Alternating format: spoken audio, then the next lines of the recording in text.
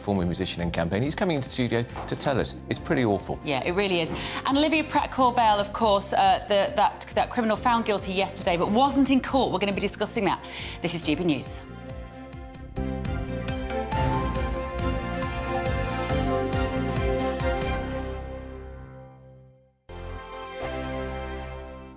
Monday to Thursday nights on GB News. At 6, it's Dubes & Co. 7 o'clock, Farage. At 8, join Jacob Rees-Mogg. And at 9, Dan Wootton Tonight, followed by Headliners. On TV, radio and online. This is GB News. It's all about family, being in people's living rooms, all the interaction and getting to know who our viewers and listeners are. When I was young, my dad used to say, Nana, stop arguing. I wanted an outlet that would enable me to give my opinion.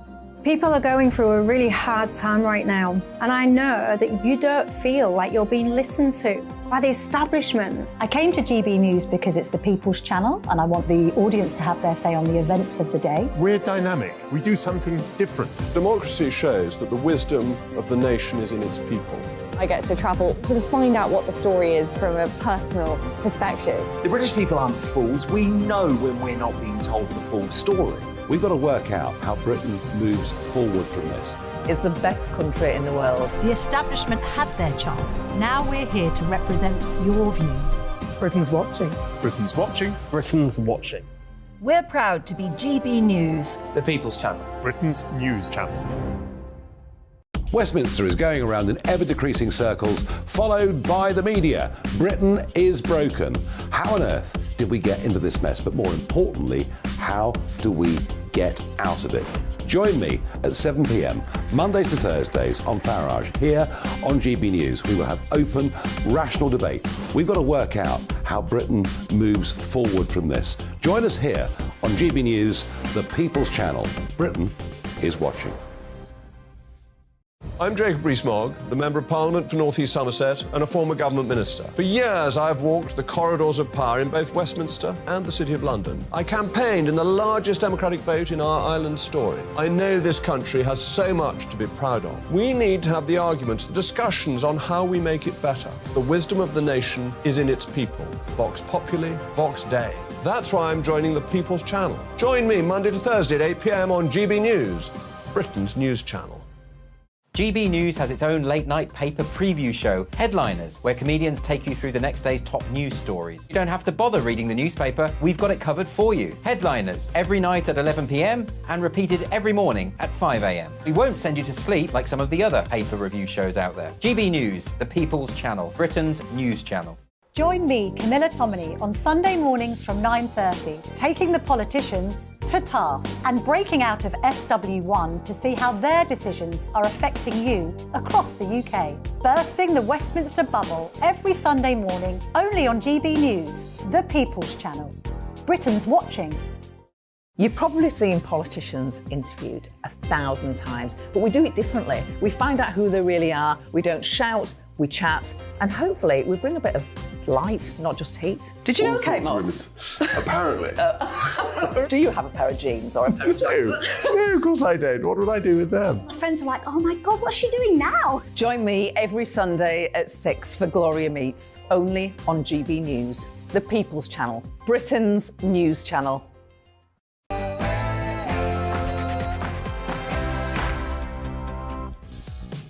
Good morning and welcome to The Point on GB News with me, Andrew Pearce and Bev Turner. Lots to come on today's show. First of all, Donald Trump has arrived in New York as he prepares for a historic legal battle, becoming the first former president to face criminal charges. Will he be found guilty of all 34 felony charges? Stay with GB News for the latest. You could have said stay with News for the circus, because that's what it's going to be. And tributes are pouring in for Nigel Lawson, the former Chancellor, who's died at the age of 91. He was Margaret Thatcher's great radical tax-cutting Chancellor. That's right. And, of course, father to Nigel Lawson, a lot of people will know. As Keir Starmer marks 3 years as Labour's leader, are you convinced by his ability to lead the party and, indeed, the country, especially when it comes to defending our borders, women's rights and growing the economy? Let me know your thoughts. And now we know it's the changing of the guard. Stamps featuring the profile of King Charles go on sale today, but minus a crown.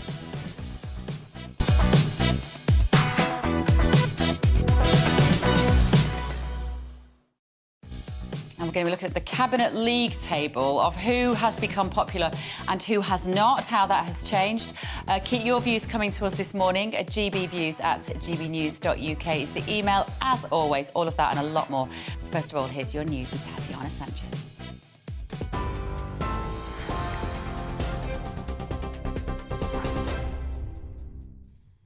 Bev, thank you very much and good morning. It's 9:31. This is the latest from the GB newsroom. Donald Trump will make US history, becoming the first sitting or former US president to face criminal charges. These are live shots from New York, where people have started gathering ahead of his appearance in court, where he'll be formally charged, fingerprinted and have his mugshot taken. He was indicted over an alleged hush money payment to the adult film star Stormy Daniels before the 2016 election. His lawyer says he'll plead not guilty. Former international trade advisor to Bill Clinton and George Bush, Steve Gill, says the former president wants to draw attention to his appearance. Will be a spectacle, and that's part of what President Trump wants. There are reports that he was given the opportunity to do this arraignment via Zoom. He's preferring to go in daylight, even though they've apparently negotiated no handcuffs, perhaps no mugshot, although the president has made comments that his mugshot will become the most famous mugshot in history and that you'll see it on T-shirts and mugs and everything else. The president is going to draw attention to this. The first barge to be used to house asylum seekers as a replacement to hotels is expected to be unveiled this week. The Home Office could, in the coming days, announce a leasing agreement to use the Bibby Stockholm Flotel in Dorset. The vessel can house up to 506 people, but the cost of the agreement is unclear. And British stamps will feature the King's image for the first time today. They featured Charles's head and neck facing left, as all monarchs have done since Queen Victoria. However, they will not be sold until stocks featuring the late Queen's image have been used up. TV, online, DAB Plus radio and on TuneIn. This is GB News. Now it's back to Andrew and Bev.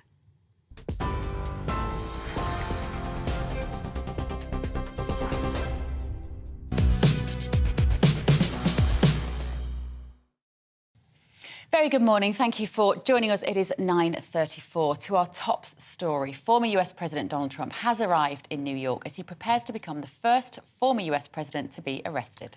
Well, he's going to surrender at the Manhattan District Attorney's Office later today. He'll be in front of a judge. We don't think there's going to be a mugshot. Definitely no handcuffs and definitely pleas of not guilty. Yeah, but also definitely a lot of attention. Yeah. Our political editor, Darren McCaffrey, is in New York and has the latest. Well, Donald Trump has been hunkered down in Trump Towers all of last night here in Manhattan with his family, with his legal advisors, ahead of what is to be an historic day here in the United States. The first time a former or current president has ever appeared in a court charged effectively with a crime. Now, later on, President Trump is going to travel a relatively short distance from Trump Tower down to Lower Manhattan, where he will first of all meet with the District Attorney of Manhattan, where he will be fingerprinted. We think, though it is unlikely that he is going to be handcuffed or indeed have his mugshot taken. He will then appear in court itself, where he'll be in front of a judge and have the charge sheet read out against him. Now, we think he's going to face at least one charge of business frauds, though some media reports in the United States say the charge sheet could be up to 30 separate charges. We're going to have to wait for that. It will only be revealed in court later on. President Trump is going to deny all of those charges, though his lawyer has repeatedly made that clear, that he is up for the battle of trying to exonerate himself throughout this process. Now, we're not entirely sure whether this legal proceeding, the bit in court, which is going to be relatively short, we think around 50 minutes long, is going to be televised or not. There have been meetings today between essentially the judge and legal officials and the broadcasters here in the United States who do want it televised, though Donald Trump's team have made it clear they do not. They feel that it would add to a circus-like atmosphere. And then after that short appearance, President Trump is going to head straight to the airport, back on his plane and back to Florida, where later on tonight he's going to address his supporters down at Mar-a-Lago. And again, I'm sure he's going to reiterate the message we've heard time and time again, that he feels that this is a bit of a witch hunt, that he's been prosecuted, and that in the end this is part of a political process to deny him the ability to run in the 2024 presidential election. The other thing to look out for today is protests. We are expecting some Trump supporters to gather effectively here in New York again a little later on. We don't know how many. So far, yes, there's been a few protesters, either down in Florida or indeed here in New York, but not any great numbers, though that may well change later on today. And there's been a warning from the mayor of New York to those protesters to be on their best behaviour. So it is going to be a fascinating day, a day in which history will be made, and a day which also could make history in another way, in that it could set the template, the tone, and indeed change the course of not just President Trump's attempt to become the nominee for the next presidential election, but indeed his attempts to become that president in 2024. So let's speak now to political psychologist and commentator Dr. Jan Halper-Hayes. Good morning, Jan. Good morning. Good morning. Now, as far as I understand, you don't actually think that Trump is guilty of anything. Well, no, I don't think that he's guilty. And the reasons, several reasons. One, John Solomon, who's one of the best investigative reporters on justthenews.com, released a letter from Michael Cohen's attorney where Michael Cohen claimed that Trump was not aware of it. Then TMZ.com also released a letter from Stormy Daniels saying in 2004 to 16, blah, blah, blah, 4 different years, that she never had a relationship with Trump. But I think what we really need to look at is the fact that they are afraid of his political clout. This is what, the 7th attempt to dethrone him, to destroy him. And what's going to happen is that he and his attorney will walk into the courtroom. The judge will enter, so they have to stand, and then the judge will only speak to his attorney. Donald Trump won't speak, and they'll claim not guilty. I don't know at that moment if his lawyer is going to request a dismissal. But the thing is that this charge, the Department of Justice, the Federal Election Commission, and the Southern District of New York refused. They didn't think that this was valid. And it's only a misdemeanor. And Hillary Clinton was charged by the FEC, a big fine, because her campaign, she deducted all the money she spent on the Russia hoax to create that for 2 years. So there's not a fairness, and there's never been a fairness. And, you know, this two-party justice system has prompted, at least I've seen 10, I think there are more, Black people who have done videos saying Donald Trump has become a Black man. The justice system is treating him just like they treat Black people. His polls have gone from 12 points ahead to 30 points ahead. This is his walk of fame. Jan, if there was no affair and no cover-up, why was that money paid by him to his lawyer then on to this actress? He didn't just give it to her out of the goodness of his heart. According to this letter... Sorry? Right. According to this letter from Michael Cohen, his former attorney, the perjurer and tax evader, sent a letter saying that Michael Cohen claimed that he had done it unbeknownst to Trump. But then what happens in the business is that Trump has to pay his attorney, so they've somehow found a way to accuse him that he was reimbursing his lawyer. But it's a misdemeanor. It's not a felony charge.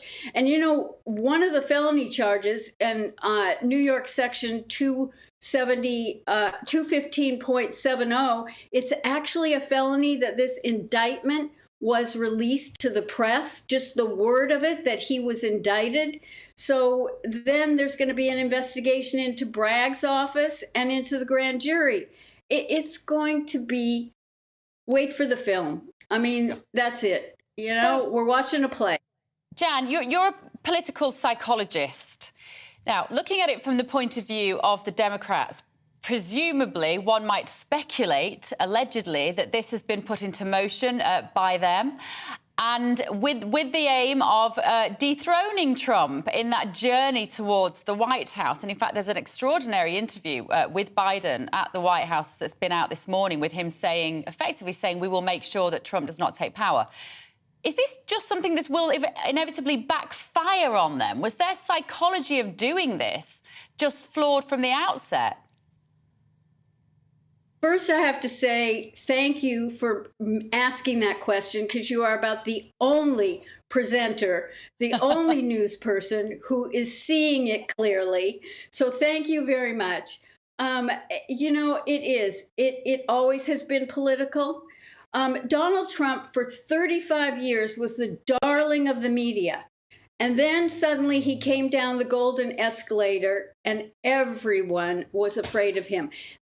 Paul Ryan had said that Paul Ryan, who was the former Speaker of the House, had said he didn't pay his dues. He didn't do it the right way. He doesn't deserve to be president. Well, Donald Trump's success is going against the norm, is being different. And that is what endears him to people, because he really does fight for the common man and woman. All right. OK. That's Dr. Jan Halper-Hayes. Thanks for joining us. There is the other theory, of course, Bev, that the Democrats think he can't win a presidential election, but so they boost him as much as they can so that he gets the nomination.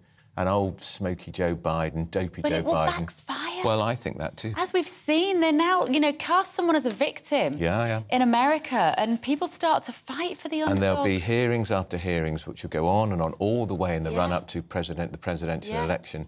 And look how he turned it into a circus. How many security cars were in that entourage yesterday? It was like he was still President of the United States. I know they always call him Mr. President after they've stood down. The cameras following his private jet. And a big private jet. I used to think he was an absolute wally. I can't lie. We used to have discussions over the dinner table with my parents where I'd be going, God, he's awful, man. And now I respect his maverickness. As Jan just said then, he's anti-establishment, he's counter-narrative, and boy, do we need more people like that in the world at the moment. And Biden will stay in the will be the Democratic candidate if Trump is the Republican. Yeah. And I think he'll win. Have him for breakfast. Now, it's also another politically less significant day. I'm not denigrating what's happening in the Labour Party, but it's not quite on the same scale as the President of the United States being criminally charged. But it's the 3rd anniversary of the dynamo himself, Sir Keir Starmer's election of leader of the Labour Party. How well is he doing? What do you think he's doing? Polling by YouGov has found that almost half of voters say he hasn't set out a clear vision. That's right. Well, that's kind of what we're talking about. At least you know what Donald Trump stands for, even if you don't like it. Well, joining us for more is our political reporter, Olivia Utley. Olivia, you've been watching Keir Starmer closely for some of these 3 years. What do you think he stands for? Do you have a clear vision? Well, it is quite tricky to say precisely what he stands for. I think for the last 3 years, he's been trying to show that what he stands for is competent government, to show that he's a sort of safe pair of hands. And under the tumultuous reigns of Boris Johnson and Liz Truss, that was quite a compelling proposition. The problem for Keir Starmer is that with Rishi Sunak in charge, he is a technocrat to his core. He's an intelligent politician. He does diplomacy well. Look at what he's done with the Windsor Framework and with the AUKUS agreement in just the last few months. So Keir Starmer has got to do something else to differentiate himself. And it was really interesting. As soon as Rishi Sunak came to power, there were briefings out of Labour that Keir Starmer was looking for a way to get some clear blue water between himself and Rishi Sunak. And it doesn't really seem as though he's managed to do that. Yeah, well, let's do a quiz here. He set out 5 pledges, which is going to take him all the way to the next general election. Who knows them all? Because I don't. I was at that speech. Yeah, so, did you stay awake? You struggled. So, can you name any of them? Oh, my goodness. I could think of 2. I can think, I mean... I remember Stop the Boats wasn't on there. Was That's not. right. That was on one of Rishi Sunak's 5. That was Oh, Greener Industrial Greener, Revolution. that's one. Yeah. There was something trite about tackle the economy, wasn't it? Like a cliche. Was it about inflation? Secure the highest sustained growth in the G7. Oh, that's snappy. Oh, Yeah. NHS. There was something about the NHS. NHS, right, NHS, it was build an NHS fit for the future. My word, that's snappy and catchy, isn't it? Nobody would have ever thought of that, would they? How about break down the barriers to opportunity at every stage, which is the point when you've completely lost the room. Just the driest What does it mean? bombs in the world. Dull, boring, and he is dull. Vague. I think he's decent, nice bloke. Hard worker. And perhaps when Boris was Prime Minister, the contrast was what people needed, all the shambles of Boris, the noise, the chaos.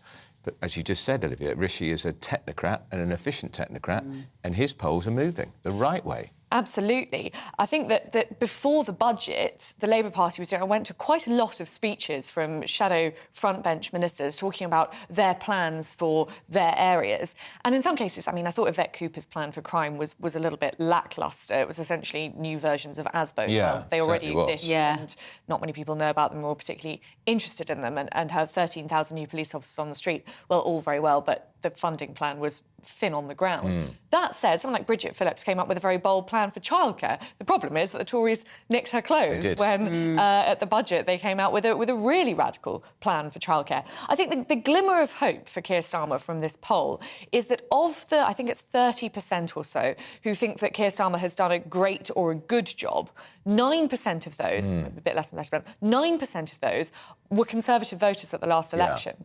So if he manages, presumably quite a lot of the people from Labour who think that Starmer has done a bad job are sort of disillusioned Corbynites, but he's probably got them on side already because the Conservative, they're not going to vote Tory. So if he can get some of those swing voters over, he definitely still has a chance. My money would still be on him to win the election. Sure, but I was looking at the polls, Olivia. In September, the height of the Liz Truss debacle, 33 points ahead. A month later, 27 points ahead. Well, the average now is probably 14 or 15. I mean, the leader's virtually halved. It has, and even more significantly, I think, Keir Starmer's poll ratings are really very close to Rishi Sunak's. There's sort of 5-6 points in it in most polls.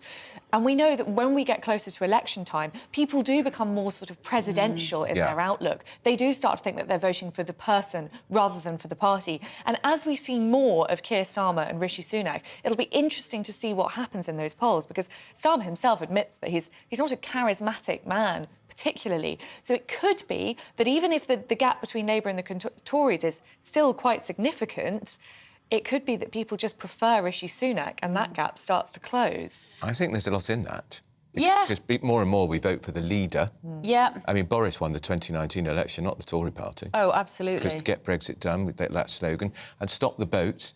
Really catchy slogan. Worked for Tony Abbott in Australia in 2013. Mind you, he's got to stop the boats. That's right. And you think, what could he do when we're sitting here thinking, what could Keir Starmer do to differentiate himself from Rishi Sunak? Radical, I know, but he could reduce taxes. He won't could do actually, that. but you know what he could be? Won't do He that. could be a Conservative government. He could reduce taxes, he could increase investment, he could look at businesses, not just massive corporations like Rishi Sunak and Jeremy Hunt are looking after. Small businesses, restaurants, bars, these are the people that Instead, need he's going to help. set up a green bank. Why? What's that going to do? And who pays for that? It's not going to have any cash in it, I can tell you that. And it's unfunded. He's going to scrap business tax. Who's funding that? We don't know. He's got this tax on non-doms. Well, that's going to pay for everything. British Green Energy, or whatever he's calling his nationalised green company, the energy provider, that's the only thing that seems significantly different. He's very keen on big windfall taxes for energy companies, which, to be fair to him, are very popular. The issue, of course, is that you do get into a situation, we have got into a situation where some of those big energy companies choose to invest abroad rather than in the UK. Well, I think that's so happening it's already. a very thin line that he's got to walk to get the balance right there. Just finally, because they're not doing much to mark the 3rd anniversary. I thought it would be low-key and understated. Is that because they're aware that he should be probably a lot further ahead in the polls after the chaos of the last year politically? Well, I think reading the interview with Starmer in The Times, he always said that what he planned to do was fix Labour, sort of get the hard left out of it, clean up Labour, then prove that this government isn't fit to govern, and then sort of say, well, why us rather than them? And I think his understanding is that he's managed to get to sort of halfway through stage 2 of that, but isn't on to stage 3. And that might not be seen as sort of impressive enough. Why did it take 3 years Why in. did it take him 3 years to kick Keir Starmer out of the Labour Party? 3 years. a man who he backed to be Prime Minister. Corbyn. To kick Corbyn out, yeah. Not once but twice, and described as my great friend. Yeah, I mean, his position on Jeremy Corbyn Rishi Sunak still throws that back at him at every PMQ. I would every time. That said, I think it can be pretty universally agreed that he has done a good job of cleaning up Labour. I mean, when was the last time you heard from some of those really hard left figures? They're scared if they say anything pro-Corbyn that they'll be out too. But you know what? I think at the moment with people looking where to vote, they're not bothered about Jeremy Corbyn anymore. No. He just feels like history to them. They just want to be able to afford to live relatively comfortably, and unless they can do something about the economy. And the cost of living crisis is ongoing. Olivia, thank you for that. Now, the UK economy's... We were talking about cost of living. The economy's growing very slightly by 0.1% in the final 3 months of 2022. That's according to official figures, which means we avoid a recession. This comes as the UK's vital manufacturing sector grew in February, apparently. But new survey data suggests that output slipped back again in March. It's up and down, isn't it? Now, it's the start of the tax year. We were talking about that yesterday with Liam Halligan. Many manufacturers are going to pay higher corporation tax. It went up from 19 to 25p, inexplicably, in my view, in the budget.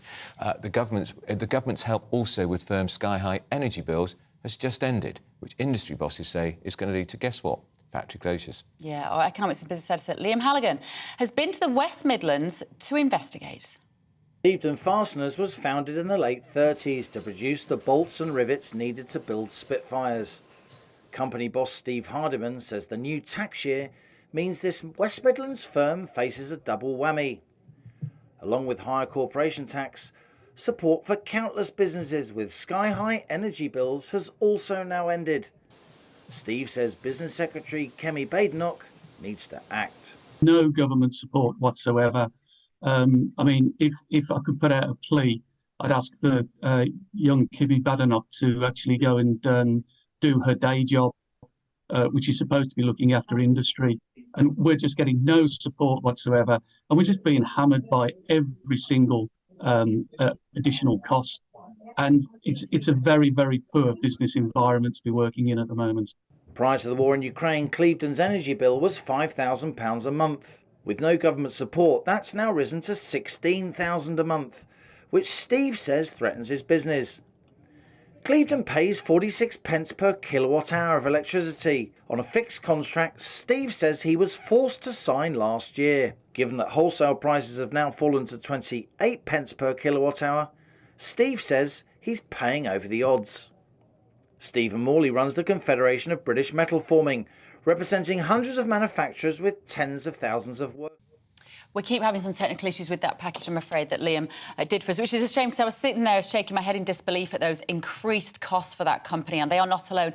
How is it all affecting you? Let us know, won't you? gbviews@gbnews.uk. You have been getting in touch. Richard has said this is about Trump. The deep state will do anything to stop Trump running for president in 2024. Here's your weather. Good morning. I'm Stephen Keats with your latest Met Office forecasting. It's a cold old start out there for many places this morning, isn't it? Touch of frost in a good number of places. Plenty of sunshine though, but always cloudy and a little bit more damp towards the far northwest, and that's because we've got this weather system edging in from the Atlantic, coming up against this blocking area of high pressure, so it's not going to make much further southeastwards progress. For many places it's going to be a dry day. So lots of sunshine out there this morning. Yes, it is quite cold, but those temperatures will rise quite quickly underneath the strong April sunshine. The sunshine across eastern Scotland, southern Scotland, parts of West Wales and Western England will turn a bit hazier as we move on through this afternoon as high cloud spills across. But the cloudy skies will always be across parts of Northern Ireland and Western Scotland, although rainfall amounts here generally fairly minimal, not amounting to much. And after that chilly start, temperatures recovering quite widely into the low teens, and with light winds in the south, it should feel quite warm, although an onshore breeze around some southern and eastern coastal counties will take the edge off the temperatures. Through Tuesday evening then, the rain in the northwest will get its act together, become a bit heavier, a bit more persistent for parts of Northern Ireland, Western and Northern Scotland. And ahead of this, a veil of cloud will extend its way further south and east across much of the rest of the UK, so it won't be as cold to take us into Wednesday morning as it has been for a couple of mornings this week, although still the odd pocket of frost possible across the far southeast where the greater chance of seeing a few clear skies exist. But Wednesday will be a different looking day for the majority of us, certainly for England and Wales, with more cloud in the skies. This area of rain slowly shuffling its way into parts of Northern England and West Wales. The wettest conditions again across parts of Northern Ireland initially, parts of Scotland, but brightening up in the far northwest with a few showers. and temperatures not dissimilar to what we saw earlier in the week, but we'll have lost the sunshine, so probably a cooler feel for most of us. So it's a bit more unsettled for a time midweek with some rain or showers around. Hopefully by Friday turning a little bit drier and brighter for most, and temperatures, well, on the most part in the low teens, peaking around 15 or 16. First and foremost, I am a GB News fan, and I was before I was working here. Just love the fact that we're asking the questions that a lot of establishment media won't ask. With a bit of a twist, we not only want to inform you, but we want to keep you entertained. It's worth the drive because you get in and the team's all ready and waiting, they're itching to go, and it's a proper little family. GB News is the People's Channel. It's the audience that makes the programme sing. We're giving our viewers and our listeners a voice. I see the thousands of your letters, tweets, emails, you name it, coming in. Britain is broken. How on earth did we get into this mess? But more importantly, how do we get out of it? The establishment had their chance. Now we're here to represent you. It's time for something different. It's time for GB News. I'm very patriotic. I believe in Britain. Our best days lie ahead. Britain's watching. Britain's watching. Join us here on GB News. The People's Channel. Britain's news channel. I'm Andrew Doyle. Join me at 7 o'clock every Sunday night for Free Speech Nation, the show where I tackle the week's biggest stories in politics and current affairs with the help of my 2 comedian panellists and a variety of special guests. Free Speech Nation, Sunday nights from 7 on GB News, the People's Channel, Britain's news channel. Here on GB News Live, we'll be keeping you in the picture, finding out what's happening across the country and finding out why it matters to you. We'll have the facts fast with our team of reporters and specialist correspondents. Wherever it's happening, we'll be there from 12 noon on TV, radio and online. GB News, the People's Channel, Britain's news channel.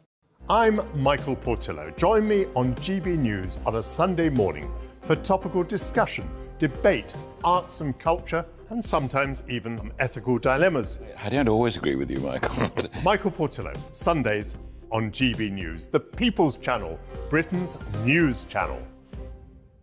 Hello, I'm Michelle Dewberry, and you can join me every weekday 6 till 7 on Jubes and Co. You're an inspiration to us all. Click that bit up. Well, you are. That's my ringtone. My political ambitions those days are gone, I can tell you. She's only teasing. Go on. He's probably going to want to lay down now. I'll give him 2 minutes to have one. Let's respectfully disagree. That's what we like on Jubes and Co. Come and join us. GB News, the People's Channel. Michelle Dewberry, weekday evenings at 6 o'clock. I'm Simon Evans. Join me on GB News for Headliners at 11 p.m. What's the scoop? I'll be joined by 2 of the country's top comedians. That's right. As we take a look at tomorrow's newspapers tonight. We're going to get into trouble. If it's a big story, we'll be covering it. Spill some tea on him. There we go. But we'll also have some fun. I wouldn't stick up a bank.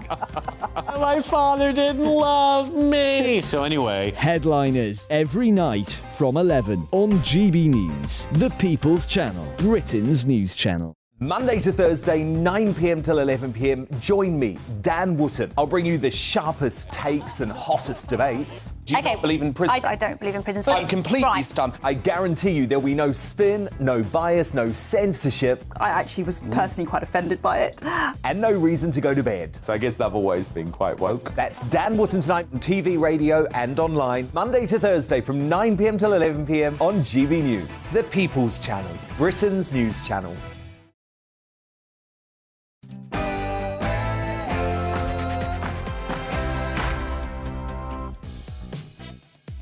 Good morning and welcome to The Point on GB News with me, Andrew Pearce and Bev Turner. We got some breaking news this morning. Amir Khan has been found guilty of doping in sport. We're going to be talking about that in just a moment. But also, Donald Trump has arrived in New York as he prepares for a historic legal battle, becoming the first former president to face criminal charges. Will he be found guilty of all 34? Stay with GB News for the latest. And tributes are pouring in for Nigel Lawson, or Lord Lawson, who's died at the age of 91. He was Margaret Thatcher's most radical tax-cutting chancellor. Of course, he's the father of Nigella Lawson. Yes, of course, the chef, who you will all probably know. Now, as Keir Starmer marks 3 years as Labour's leader, are you convinced by his ability to lead his party and indeed the country, especially when it comes to defending our borders, women's rights and the growing economy? Let us know your thoughts. And it's part of the changing of the guard. New stamps featuring the profile of King Charles go on sale for the first time today. Conspicuously, he's not wearing a crown.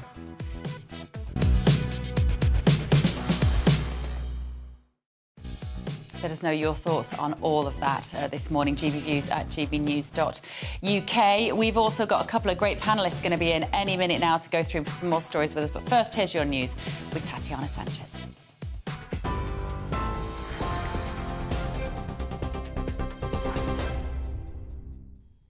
Bev, thank you very much and good morning. This is the latest from the GB newsroom. Donald Trump will make US history, becoming the first sitting or former president to face criminal charges.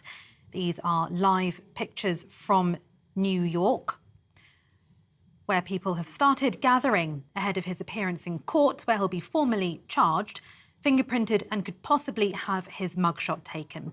He was indicted over an alleged hush money payment to the adult film star Stormy Daniels before the 2016 election. His lawyer says he'll plead not guilty. Former international trade advisor to Bill Clinton and George Bush, Steve Gill, says the former president wants to draw attention to his appearance. It will be a spectacle, and that's part of what President Trump wants. There are reports that he was given the opportunity to do this arraignment via Zoom. He's preferring to go in daylight, even though they've apparently negotiated no handcuffs, perhaps no mugshot, although the president has made comments that his mugshot will become the most famous mugshot in history and that you'll see it on T-shirts and mugs and everything else. The president is going to draw attention to this. The Home Secretary could face a legal challenge over plans to house migrants on a barge. The government is expected to announce that a leasing agreement has been reached to use the Bibi Stockholm vessel in Dorset. The move, designed to free up hotels, will reportedly cost taxpayers more than £20,000 a day, accommodating more than 500 asylum seekers. A man has been shot dead in South London. The victim, in his 20s, was found injured on Croydon Road in Mitcham in the early hours of this morning. He was taken to hospital where he died. The Metropolitan Police is urging anyone who was in the area at the time to come forward with any information. A teenager who was fatally stabbed in Leeds on Friday has been named by police. 18-year-old Jamie Mee died in hospital after being attacked in the Armley district of the city. Another 16-year-old boy who was with him at the time suffered serious but non-life-threatening injuries. A 30-year-old man was arrested on suspicion of murder, but he's been released on bail. Sir Richard Branson's rocket company, Virgin Orbit, has filed for bankruptcy. It's after it failed to secure long-term funding to help recover from January's rocket launch failure. The company launched the first rocket out of Britain, but it failed to reach orbit and sent its payload off US and UK intelligence satellites, plunging into the ocean. One person has died and at least 30 injured after a passenger train derailed in the Netherlands. Emergency services said the train carrying 50 people came off course after hitting construction equipment on the track, which caused the front carriage to crash into a field.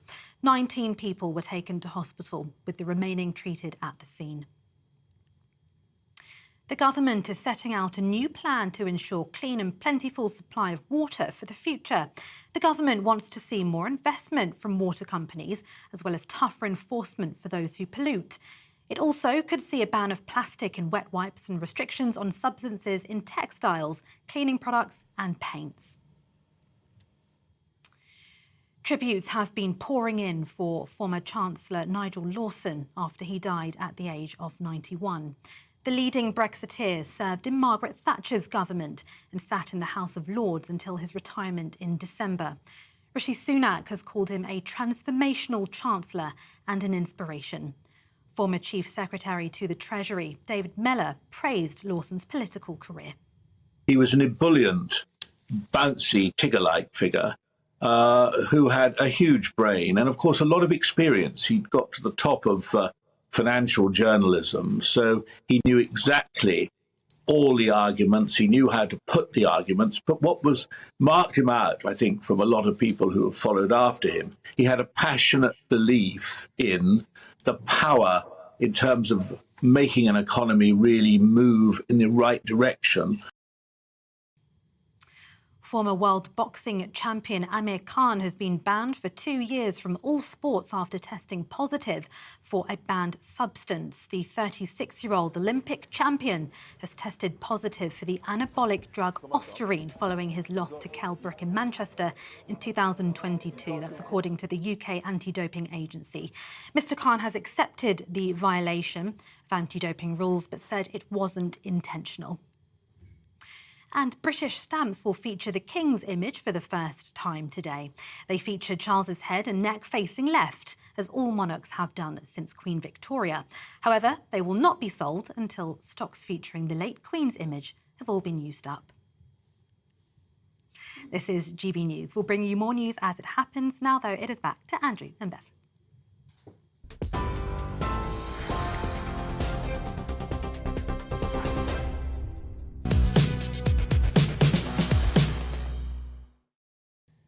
Well, it's not just our top story today. I suspect it's going to be the top story throughout the week because Donald Trump, well, he's in New York. He's in his penthouse. He's making history again, the wrong sort of history.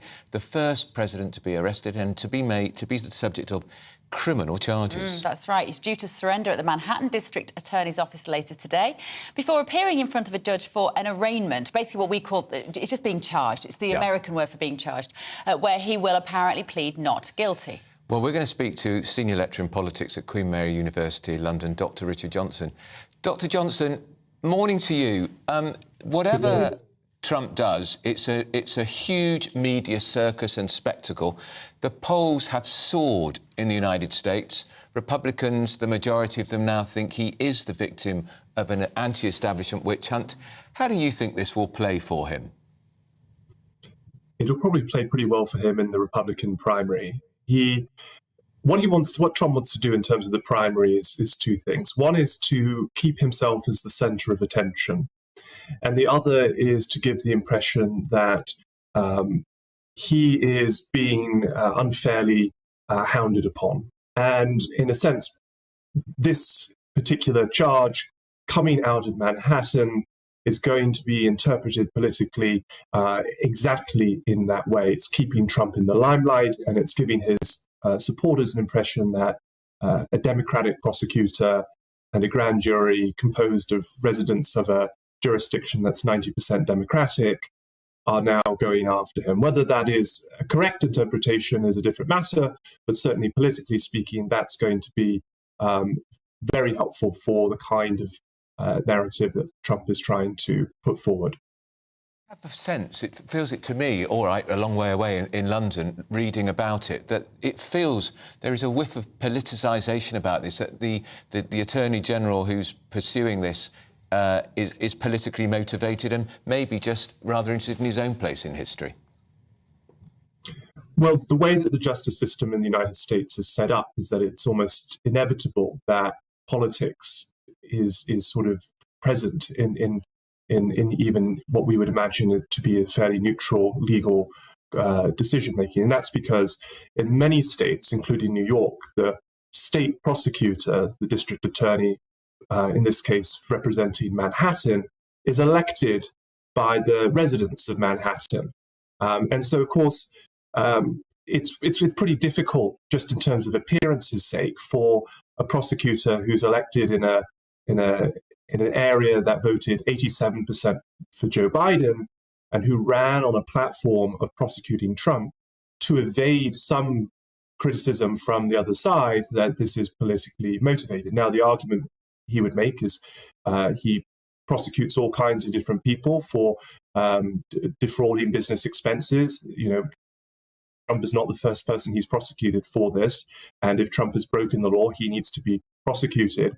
But when you have elected prosecutors, this is inevitably going to be a charge that will be made against them. Richard, I'm going to ask you to get out your crystal ball for me for a second. If Trump is found guilty of this, what happens then? What happens politically in America? Well, the longer run complicating factor, I think, from this is that we may now start to see more prosecutions of former presidents of both parties. And that was a sort of taboo, that the president was somewhat insulated from you didn't go after a president or even a former president for perhaps what we might see as fairly trivial in the grand scheme of things charges. Now prosecutors, Republican prosecutors in different parts of America, I think, will now be thinking about what charges they might see as possibly being brought against a former President Joe Biden down the road, or a former, and this is the problem now, is that it starts to raise the stakes on both sides. And if one side starts to be seen as approaching an issue in this particular fashion, then the other side will retaliate. So that's the longer run picture. And the shorter run, that Trump is, I think Trump is not afraid of being seen to be, in his view, politically prosecuted, because that's going to keep him.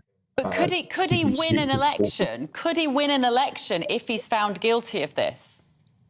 It's a state crime, and so he could still be a candidate for the presidency. In fact, about 100 years ago, the Socialist Party nominee for President Eugene V. Debs actually ran for president while he was in prison for opposing the First World War.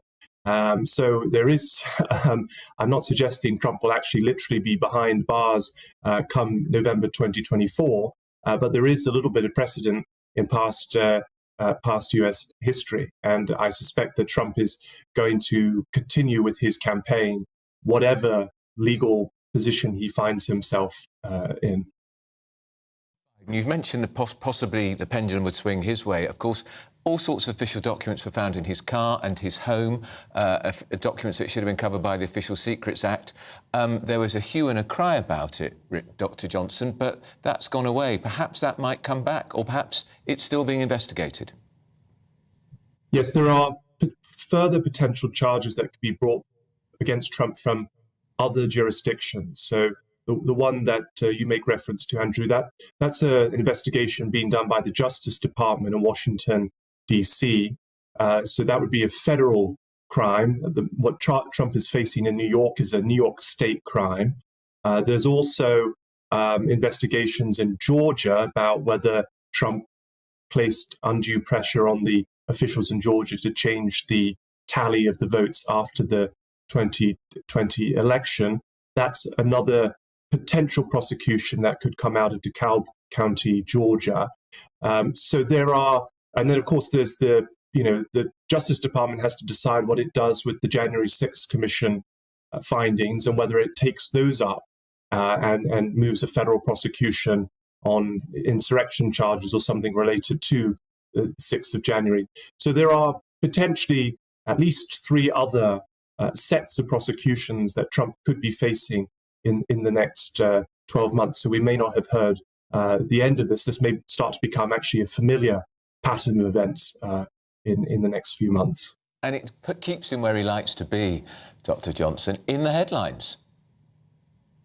It does. He has this kind of remarkable Teflon kind of personality that all kinds of scandals, all kinds of revelations that would normally sink someone else's political campaign, Trump seems to survive. I mean, if you go back to 2016, just before that election, there was a very embarrassing video that came out about comments Trump had made about women and what he felt entitled to do with women as a celebrity.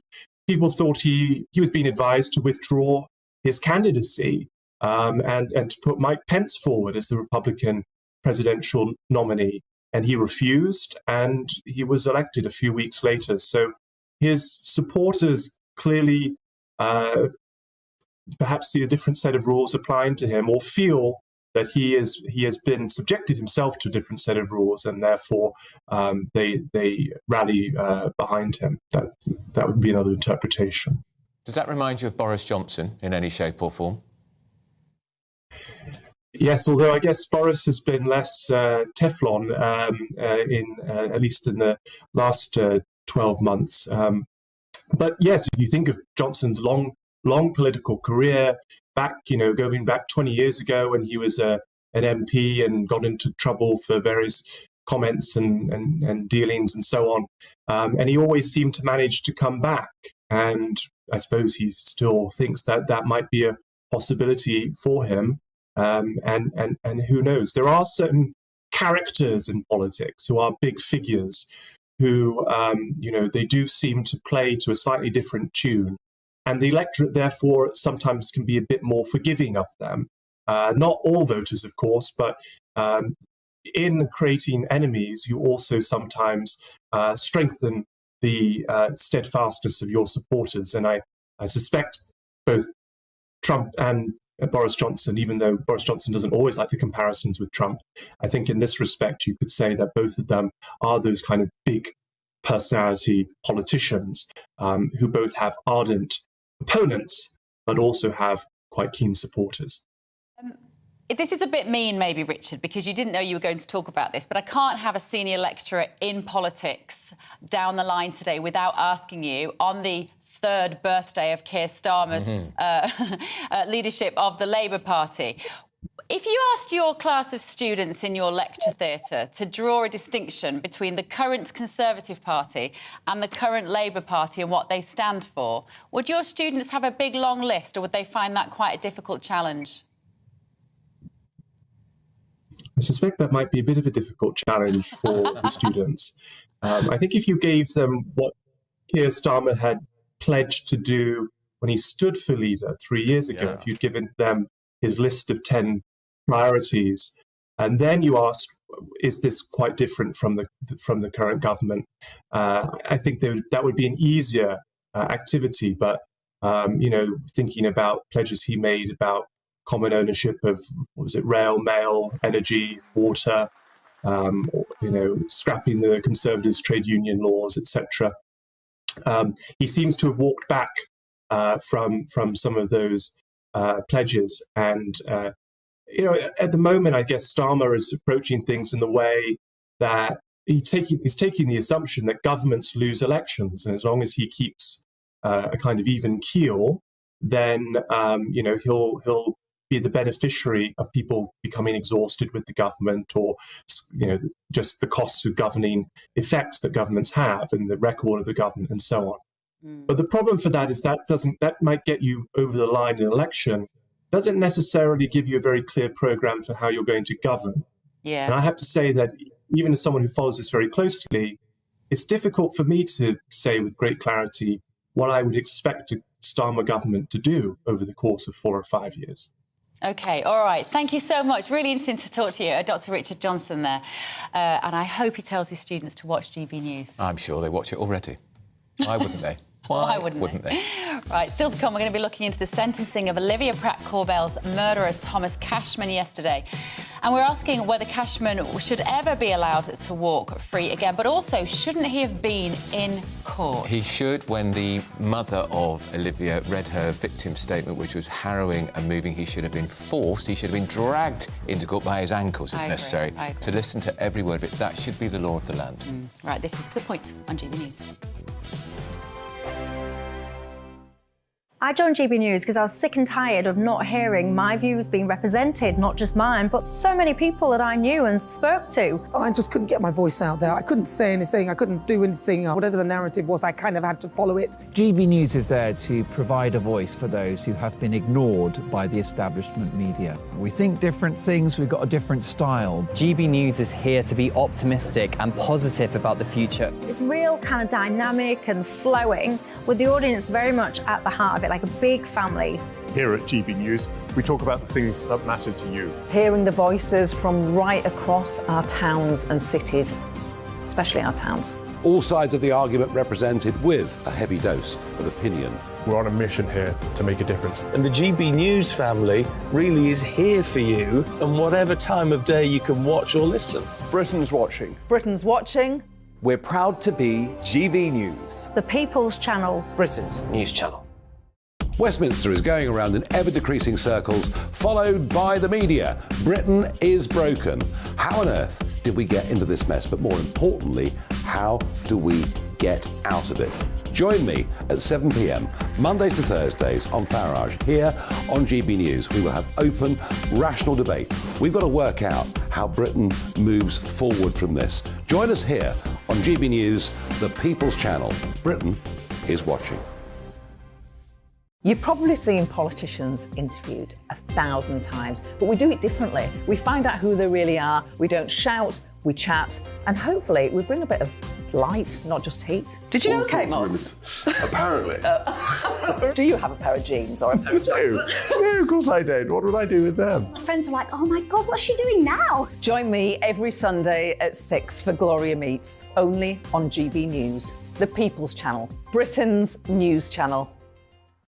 I'm Jacob Rees-Mogg, the Member of Parliament for North East Somerset and a former government minister. For years, I've walked the corridors of power in both Westminster and the City of London. I campaigned in the largest democratic vote in our island story. I know this country has so much to be proud of. We need to have the arguments, the discussions on how we make it better. The wisdom of the nation is in its people. Vox Populi, Vox Dei. That's why I'm joining the People's Channel. Join me Monday to Thursday at 8 p.m. on GB News, Britain's news channel.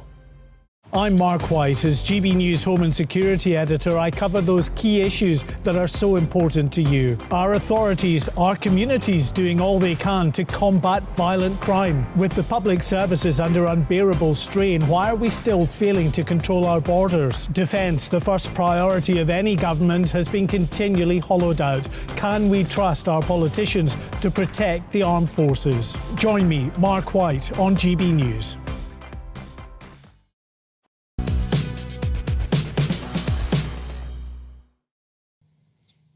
It's 10:22. You're with To The Point on GB News with Andrew Pearce and Bev Turner.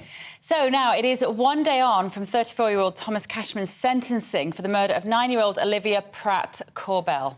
He's a prolific criminal. He's part of a ghastly drugs gang. He received a life sentence when he's got to serve a minimum of 42 years before he's eligible for parole. I bet he's out for that. Oh, this story breaks my heart. This little girl was so beautiful.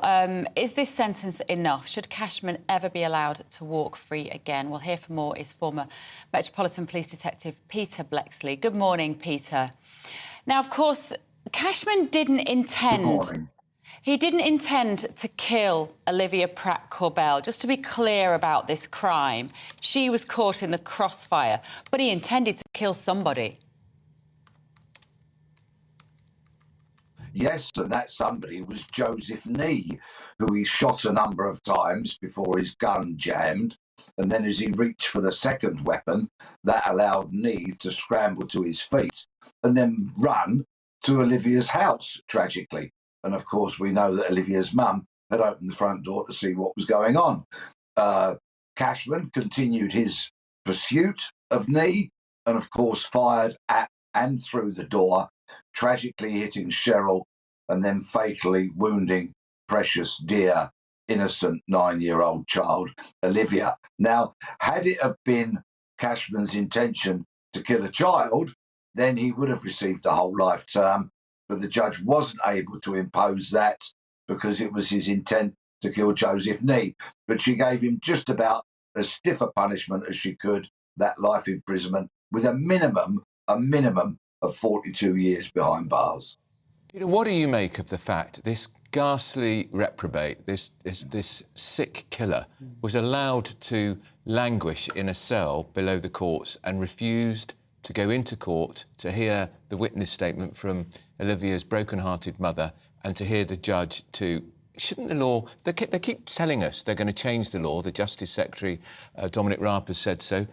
How difficult is it? There'd be a consensus across Parliament for it to happen tomorrow. Yes, there would, and this case comes hot on the heels of that hideous killer of Zara Alina, who refused in such a cowardly way to enter the court, face the music and hear their sentence. And this piece of vermin Cashman proved that he is equally as cowardly as that monster by doing exactly the same. Yes, I think a murderer should stand in court, should hear the victim impact statements, and should most definitely hear the sentencing of the judge. And I think we might see legislation in coming months which will force them to do that. But I will, of course, have some thoughts for the prison staff who may have to go into a cell armed with shields, protective equipment, and forcibly restrain, handcuff, almost straitjacket these kind of murderers, and then physically manhandle them up into the courts, where, of course, they might even need to be gagged. Now, you can imagine how the human rights lawyers will jump on that bandwagon. Say, Peter, is that where this particular, I guess it's a sort of a loophole, really, in the justice process, or why this condition is allowed for criminals to not have to sit in the court? What's the logic behind it? I think it's just perhaps an oversight. In previous years, defendants would have taken it as being the norm that they should go into court. There's never really been a matter of it being debated. But now, of course, with these two very prominent and recent cases, it is undoubtedly very much in the media, and therefore it's come to the attention of the politicians. And I think there's a public outcry, and I think that's absolutely justified. If you're brave enough to take a gun onto the streets, and I put the word brave in inverted commas, what I really should have said was stupid and reckless. If you're stupid and reckless to take a gun onto the streets, then you should have enough courage to climb the steps, stand in front of the learned judge, and listen to the music. We, according to The Sun yesterday, Peter, you'd have read the story. We talked about it on the programme yesterday. There is a £250,000 bounty on his head from members of the drugs gangs that he's worked with, because they're worried he may start talking about naming names. How difficult is that going to be for the authorities to protect him? Because a lot of people watching and listening will think, we don't want him protected, thank you very much. Once again, my thoughts go out to the courageous men and women of the prison service who will have to cage and supervise this monster for 42 years. Word on the street of Liverpool, and I've spent a lot of time in Liverpool in the last 4 years in particular, suggests that Cashman is responsible for other serious crimes. And of course, he's been cemented into criminality in that otherwise great city for a number of years. We heard he had previous criminal convictions. So he will be caged, and the authorities will have to be very careful, and so will I in what I say, but they'll have to be very careful as to who they put him into a cell with, for example, if he does ever share a cell. Because there are other unsolved murders, for example, in Liverpool, of men that have been involved in the drug-dealing criminality. And unfortunately, these murderous kind of events just keep going and going and reoccurring, now with women and children, sometimes tragically getting caught in the crossfire. And this is going to happen for as long as we leave the fourth biggest industry on the planet, which is the illegal drugs industry. As long as we leave that industry entirely in the hands of unscrupulous criminals, villains, gangsters, then there is going to be no end to this bloodshed. And sadly, Olivia's tragic death will have been in vain. I just can ask you, are you suggesting some form of legalisation, Peter, or decriminalisation? I never use the word legalisation without the word regulation. Right. The industry needs to be regulated, and yes, legalisation is a byproduct of that. Please don't think for one moment that I'm some hippie, drug-smoking kind of character. I don't think anybody would think that, Peter. I don't condone drug taking in any way, shape or form. In fact, whilst I've had my dalliances long time ago in the past, I tend to find that those people on drugs who think they are the most interesting person in the room invariably turn out to be the most boring person in the room. But the fact of the matter is, it's a supply and demand industry. The demand is not going away. Millions of people are taking drugs, holding down jobs, raising decent families. And as long as there's demand, there will be the supply. And it's all in the hands of criminals, which is utter, abject lunacy. Yeah, it's a very, very interesting argument. No doubt we will have that debate another day. Peter Blexley, former Met Police officer there. I was just working out, he'll be 76 when if he gets out, Cashman. If he I gets can't out. imagine him But lasting there'll that be a long. parole hearing, just like there was for John Warboys, who was the black cab taxi rapist, and it was only when other women came forward and crowdfunded that they stopped him coming out, and then he's been given another 20 years. So I'm not convinced. And actually, I've never quite understood, Bev, when they say life, it doesn't mean life. No, absolutely. And is there any worse crime than shooting through a door into a home where that 9-year-old girl should have been safe? Beautiful. She looks very much like my 11-year-old, actually. I Well, think that's you why know, it's so and her much mum, that when poor she mother. came downstairs because she was nervous, her mum should have been tucking her up in bed, not cradling her dead body. Horrendous. Now, breaking news this morning, boxer Amir Khan has been banned from sport. For what? We will tell you all about it after the morning's news.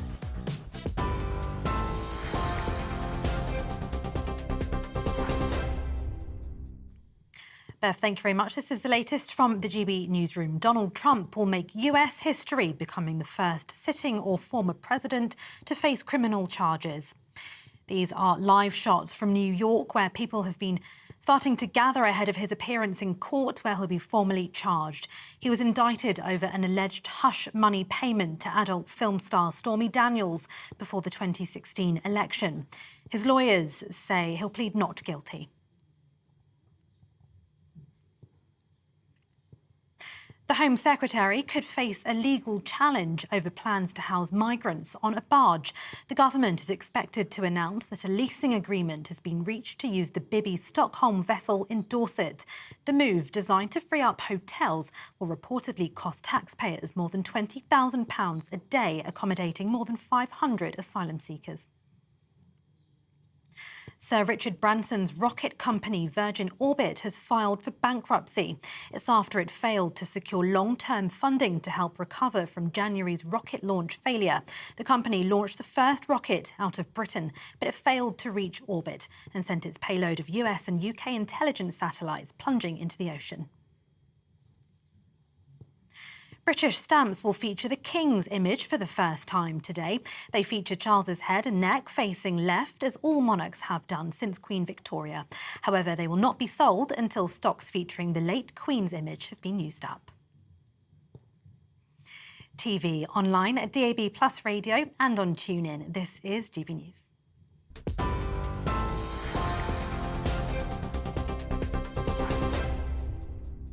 Direct Bullion sponsors the Finance Report on GB News for gold and silver investment. Here's a quick snapshot of today's markets. The pound will buy you $1.2494 and €1.1432 euros. The price of gold is £1,587 and 6 pence per ounce. And the FTSE 100's at 7,679 points. Direct Bullion sponsors the Finance Report on GB News, investments that matter. Oh, we're having a right little natter there. Sorry about that. You are watching Bev Turner and Andrew Pearce on GB News. And we're going to be talking about a report on the government's response to state hostage-taking that's found to be too slow. What solutions they're providing. We'll find out about that in a bit. This is To The Point on GB News, and we will be talking to you, not to each other, when you come back.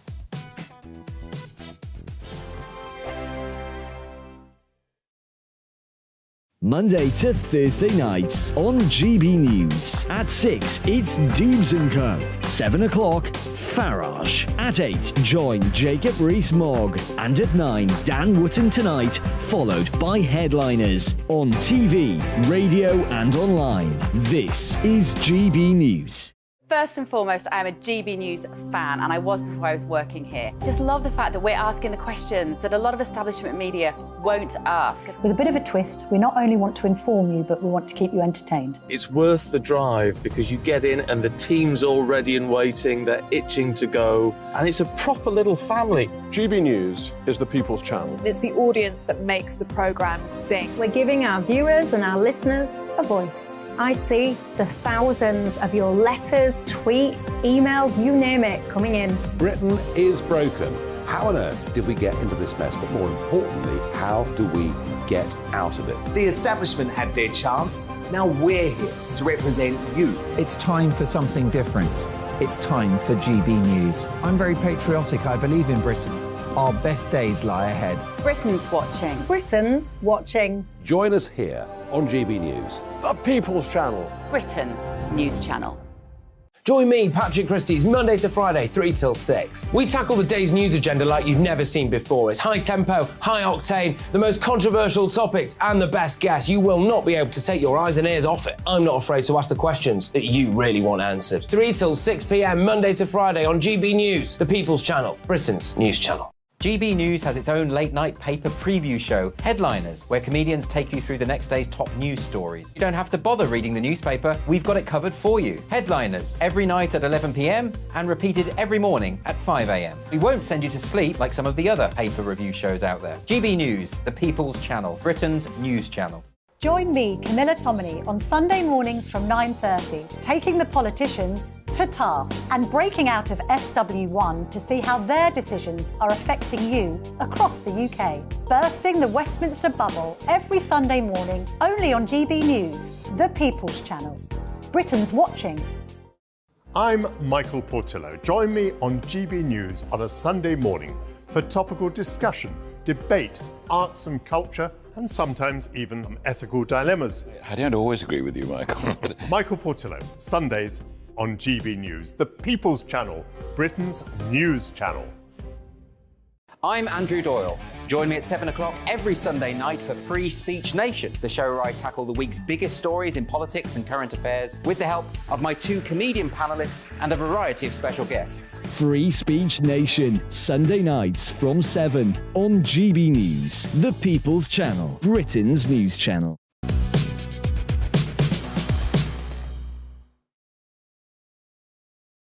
It is 10:37. This is To The Point on GB News. With me, Bev Turner and Andrew Pearce.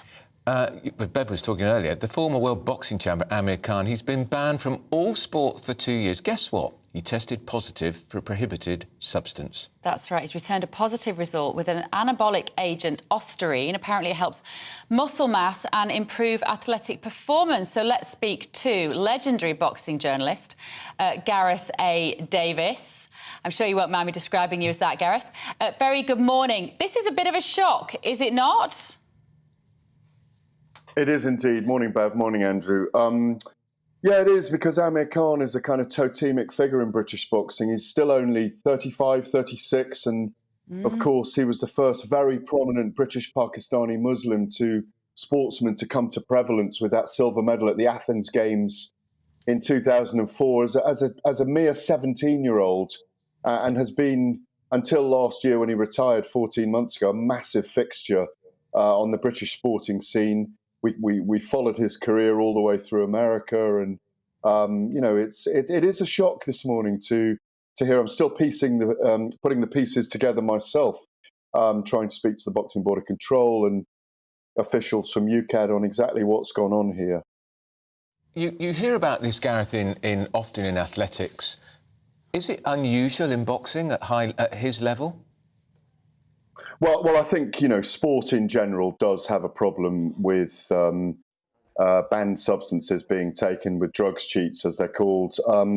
But, in boxing, and I've probably said this 1,000 times over the many years that I've been involved, that the difference with boxing, it's not tiddlywinks, it's not a cycling competition, it's not an athletics track, it's 2 people fighting each other, and it's an inherently dangerous sport, and you can be legally killed in the ring when you've signed a contract to fight. So the cradle of fight sports, which is having a testing system with veracity, is that it has to be upheld, because people do die and can be killed in the ring. And obviously cheating to performance enhance your body is looked down upon hugely. It is a problem in boxing. It's a problem if anyone cheats with performance-enhancing drugs, because when you're trying to render your opponent unconscious, you have enhanced illegally the weapons that you use, namely your body. And as you rightly say, Osterine, which people have tested positive for in boxing before, is actually a medical drug for people who have muscle-wasting diseases. But when it's used in a pharma way, PHARMA, in a pharmaceutical way by athletes, it does increase muscle growth. you and I were both in Athens in 2004 for that Olympics. It's hard to picture now when Amir Khan burst onto the scene. He must have been 17, 18 years old at that time. I'm wondering now, with this sad news today, because it is sad, actually, this story, that he's been found guilty of doping now. Should he have just hung up his gloves before now? He's 36. I'm starting to think that taking drugs to try and win in the rings looks like an act of desperation. Maybe it was, and you know that fight he had 14 months ago with Cal Brook was one that was years overdue. They were huge rivals over a decade together, and their promoters eventually got them in the ring. Ben Shalom, boxer, Sky Sports, were the promoters of this event. It was a huge event. I worked on the commentary on it for Talk Sports on the night. The Manchester Arena was absolutely packed. It was the end of a generation fight. Cal Brook, also 35, thinking about fighting again. Amir lost that night. One of the big questions here has to be, how come when the test was taken 15, 16 months ago and the fight was 14 months ago, that it's just come out now? And that's what I'm trying to get to the bottom of. I briefly spoke to Robert Smith, Secretary of the Boxing Board of Control this morning. Unfortunately, he was at a funeral and he couldn't speak to me, but I am going to catch up with him later. That needs to be clarified as to why it's taken so long. And digging into the detail, it looks as though Amir Khan, through his lawyers, presented a defence that he took 14 different kinds of what he believed to be legal supplements going into his training camp for that fight, but believes that one of those substances, in his defence, was contaminated. UKAD looked at that, UK Anti-Doping Agency, who oversee all the tests for the Boxing Board of Control, didn't accept that. That they accepted that it was unintentional, but they haven't accepted that any of those 14 pieces of evidence put forward with the supplements he had been taking that we thought were legal supplements were found to be contaminated. So that's why he got the 2-year ban. Of course, now, as people listening, watching will think, how many of those other great victories did he achieve when he may have taken an illegal substance and wasn't detected?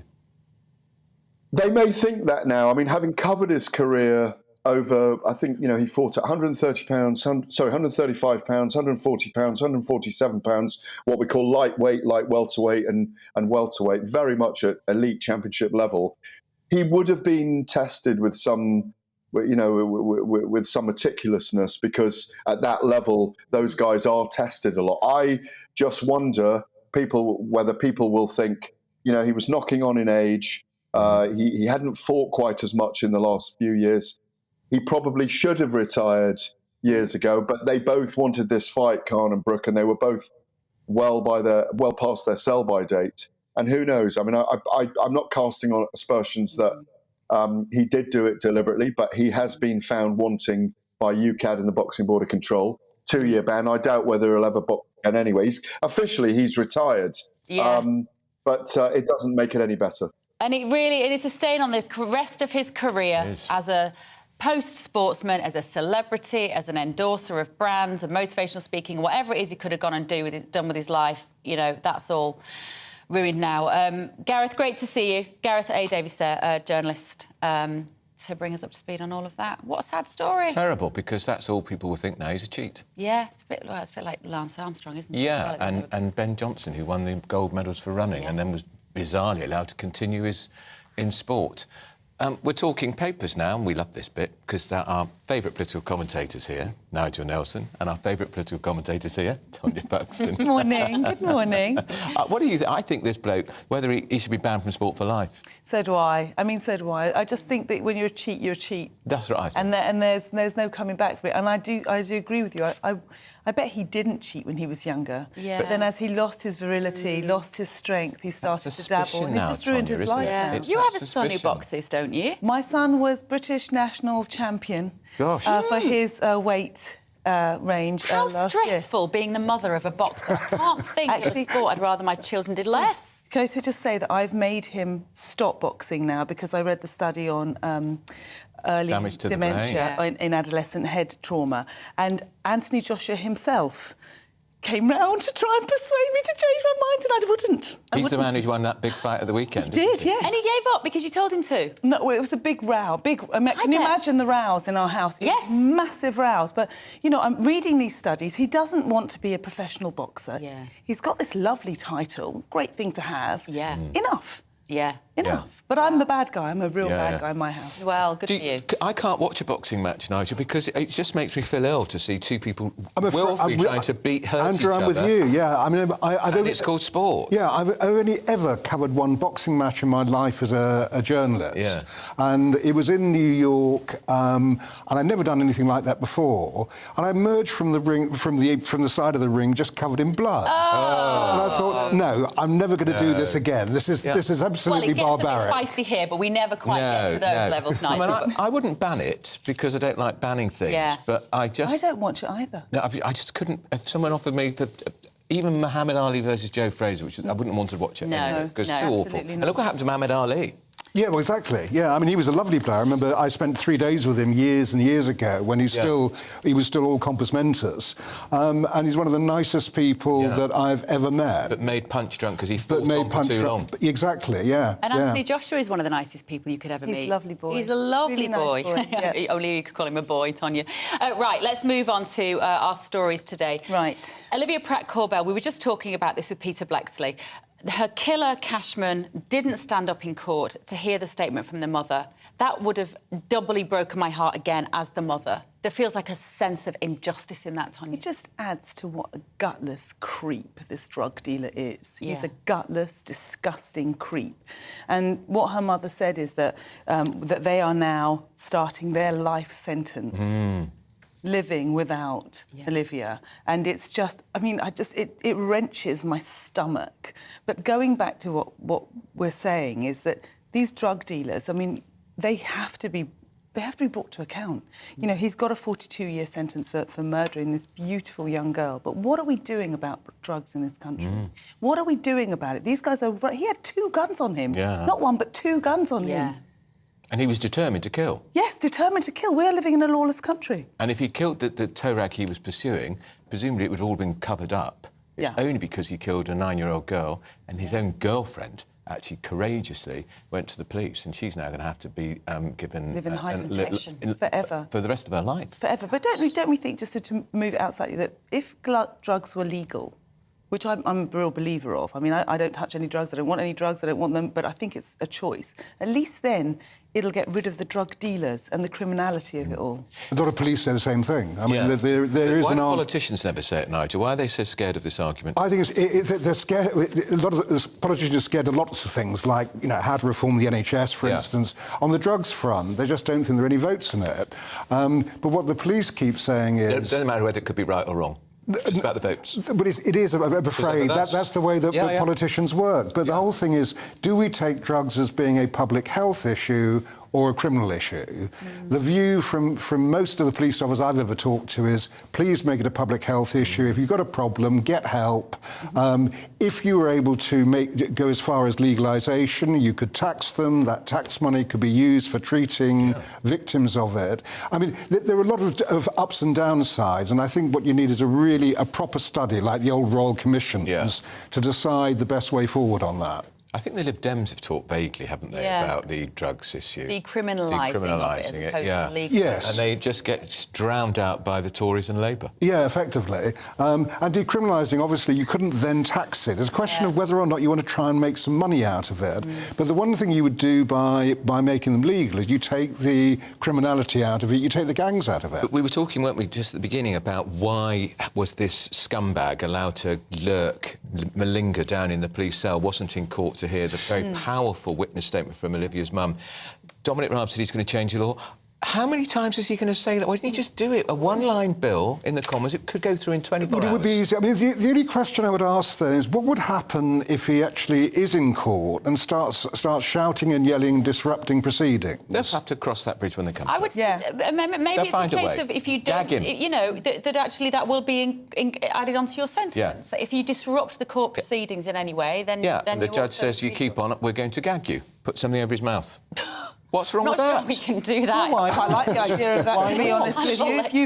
If you're a child murderer, he's then going you to be get in handcuffs. Yeah. He's restrained physically. His hands are restrained. They've probably restrained his legs. Restrain his lips. Yeah, but I do think that adding to his sentence would be the way to go forward. I don't think all the kind of... kind of... 42 years already... Maybe you don't care. If you've got... What would another 5 years be if you've got... From his point of view, exactly. We wouldn't make any difference to him at all. No. He's hopefully going to die in prison anyway. I mean, he only narrowly missed a whole life tariff. Yes. Just on the basis that he didn't go out deliberately to kill a little girl. But he went out deliberately to kill somebody else. But he did else. go out deliberately to kill, yeah. Yeah, with two guns. Yeah. Right, should we look at this new stamp? I'm not quite sure we can debate about the stamp, but I'm sure we can give it a good go. We want to show you at home. This is the new stamp. It's got the King's image for the first time from today. I'm not sure anybody uses stamps anymore, do they? I do. I still use stamps. Yeah, so do I. I think the stamps, I bought this job lot of them, and the first-class stamps were still red then. So I wonder if the reason my letters aren't being delivered is because they're so old that nobody's got the old stamps. Old. They're meant to be still legal, no matter how old they are. I have to put Brit stick on the back of some of the stamps that I find at the back of a drawer and put them on a Christmas card. But these ones, I mean, we may have to wait some time for them, although they're actually released today, and it's the traditional kind of side-on view of the monarch. The ones that are in the they want to get rid of the Queen's ones first, and they've got a huge stock of those. And the way they're putting the price of stamps anyway, who's going to can afford to use them anyway? Wasn't it £1.12p? Yeah, I mean, I think that they've just gone up from 15p to 110 for a first class, but what about and 75p for a second. But what about him not wearing the crown? Now, people think it's because he's not Crown King yet. No, that's not right. It's a deliberate decision not to have the crown. He's trying to look more informal. For God's sake, he's the king. Yeah, I don't know why he's trying to be informal. I should just put the crown on and, you know... Yeah, I mean, that's the point. He's waited all these years to be king, the longest-serving Prince of Wales ever, and put your crown on, mate. Yeah, I'm more of a politician than a royal behind the scenes. Well, that's the problem, isn't it, though, that he's more of a politician, and that's where he'll come undone. Do we think we'll ever see Camilla on a stamp? I like Camilla. I like her, so I hope so. Why not? I'm sure you have special stamps with Camilla on. You're bound to at some point. He'll want it. And it's actually quite right. I mean, also for stamp collectors, so the more variety they've got, the better. Yeah. Well, she is to be known as Her Majesty. Yes. Yeah. Right, I think we're done with stamps. Yeah. Right. I'm sorry, I'm done with stamps. Right, Nigel Lawson. This is, 91 years of age. How many of us would want to live? It's fabulous that he lived to 91 years of age. I imagine you probably know Nigella Lawson, do you? Well, I keep, to my great honour, I keep getting called the Greek Nigella because kind of we both Kirk and she does, and I love that. I'll take that label any day. I have met her a couple of times. The thing about her father is that he was known for his intellect. He was known for his stoicism, his intellect, and that's just something that we don't have in politicians anymore. Whether you agreed with his politics or not, they had a Tory principle that they stuck to. Him and Margaret Thatcher had an honour about them. You know, they were the type of politicians that you look up to and think they've made it their life's journey. Yeah, their life's journey to help the people of Britain to do something well. The little, I don't know what they are that are in office now, all across the board, both sides. You know, I don't vote for anyone. They're all rubbish as far as I'm concerned. They're populists. They're desperate to be liked. They don't have any stoicism. They don't have any backbone. So I think it's sad because it's starting the end of the generation of true politicians. Well, we're going to be talking at the top of the hour to Lord Lamont, who was, of course, Chancellor of the Exchequer in John Major's government and worked very closely with Nigel Lawson, and I know he was a big admirer. You knew Nigel Lawson. I did indeed. I mean, when he was actually Chancellor, when I phoned the Treasury, they got our names mixed up and I ended up being put through to his private office. Oh. I'm not sure quite what sort of mischief I could have performed on the basis of that. Yeah. But I did confess who I really was. Right. Was he approachable? Yeah, very approachable. I mean, he used to give us sort of briefings about post-budgets and things like that. I think that he was a genuine titan, and when it came to Thatcherism, that she was kind of the composer of the symphony, he was the conductor of the orchestra. He made it happen. Nicely put. Right, lots more from you two still to come, but we're also going to be heading back over to New York City ahead of Donald Trump's arraignment. More of that in the next hour. You're with GB News. Hello again, it's Aidan McGivern here from the Met Office. Another beautiful spring day for many of us. Most places dry, sunny for many, although not everyone, because there will be thicker cloud towards the northwest and some outbreaks of mainly light, patchy rainfall for western Scotland and at times the far west of Northern Ireland. A bit more of a breeze here coming up from the south, and there'll be a bit of cloud there for the north and central part of Scotland as well. Elsewhere across the UK, it's simply sunny skies. And temperatures will respond, 14 to, in some places, 16 Celsius, warm spots somewhere like North Wales. And the North Sea coast also faring a little warmer than yesterday. Into the evening, we keep the clear spells across central and southeastern parts, and towards the far southeast, enough clear sky and enough of a light breeze to lead to a frost, -2 to -3 in some of the colder spots. But thicker cloud towards the northwest and some outbreaks of rain will keep things frost-free as a weather front moves in. This weather front moving up against high pressure sitting over Scandinavia. It's going to make slow progress, but it is going to bring a wet start to the day for much of Scotland, Northern Ireland, as well as western fringes of England and Wales. And those outbreaks of rain will progress across the UK during Wednesday. Slowly but surely, many places seeing those spells of rain. Mostly light and on and off as the rain pushes into central areas, but it is a dull and damp day for many. We keep the sunshine towards the southeast after that cold start, 13 Celsius, but where we've got the rain, 10 to 12 degrees, feeling a bit less pleasant compared with today's sunshine.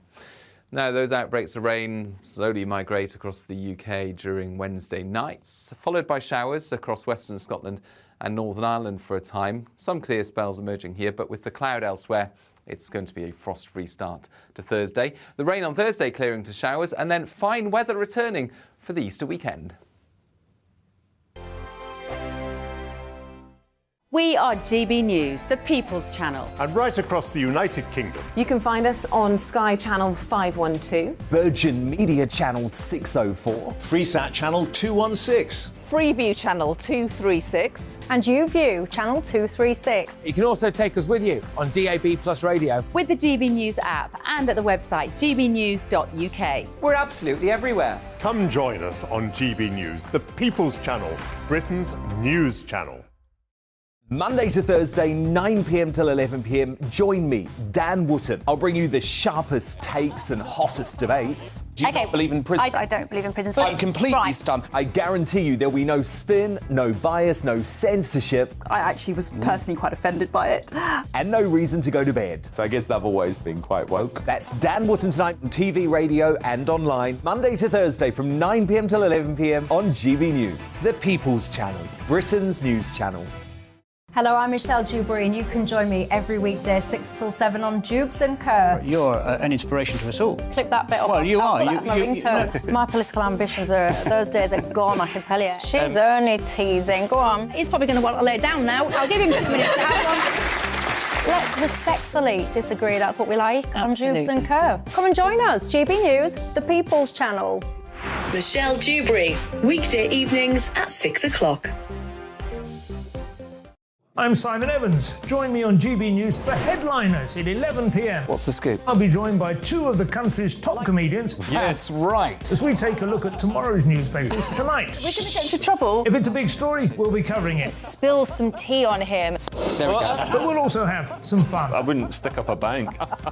My father didn't love me. So anyway. Headliners every night from 11 on GB News, the People's Channel, Britain's news channel. It's all about family, being in people's living rooms, all the interaction and getting to know who our viewers and listeners are. When I was young, my dad used to say, no, stop arguing. I wanted an outlet that would enable me to give my opinion. People are going through a really hard time right now, and I know that you don't feel like you're being listened to by the establishment. I came to GB News because it's the People's Channel, and I want the audience to have their say on the events of the day. We're dynamic. We do something different. Democracy shows that the wisdom of the nation is in its people. I get to travel to find out what the story is from a personal perspective. The British people aren't fools. We know when we're not being told the full story. We've got to work out how Britain moves forward from this. It's the best country in the world. The establishment had their chance. Now we're here to represent your views. Britain's watching. Britain's watching. Britain's watching. We're proud to be GB News, the People's Channel, Britain's news channel.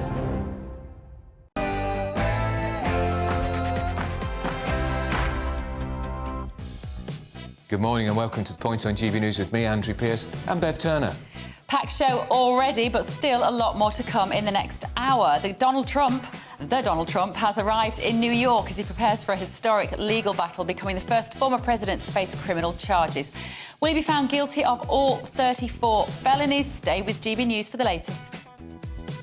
And tributes are pouring in for the former Conservative Chancellor Nigel Lawson, who's died at the age of 91. Prime Minister Rishi Sunak hailed him as a transformational Chancellor and an inspiration. In a moment, we're going to be speaking to the former Conservative Chancellor, Lord Lamont, who knew Nigel Lawson very well.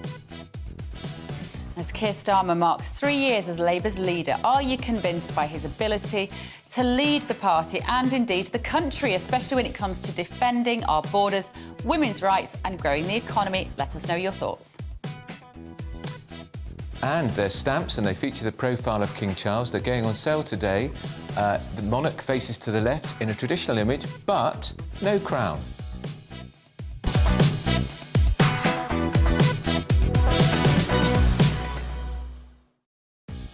We're also going to have Nigel Nelson and Tonya Buxton back here in the studio to tackle some more big stories of the day. But first of all, your news headlines with Tatiana Sanchez.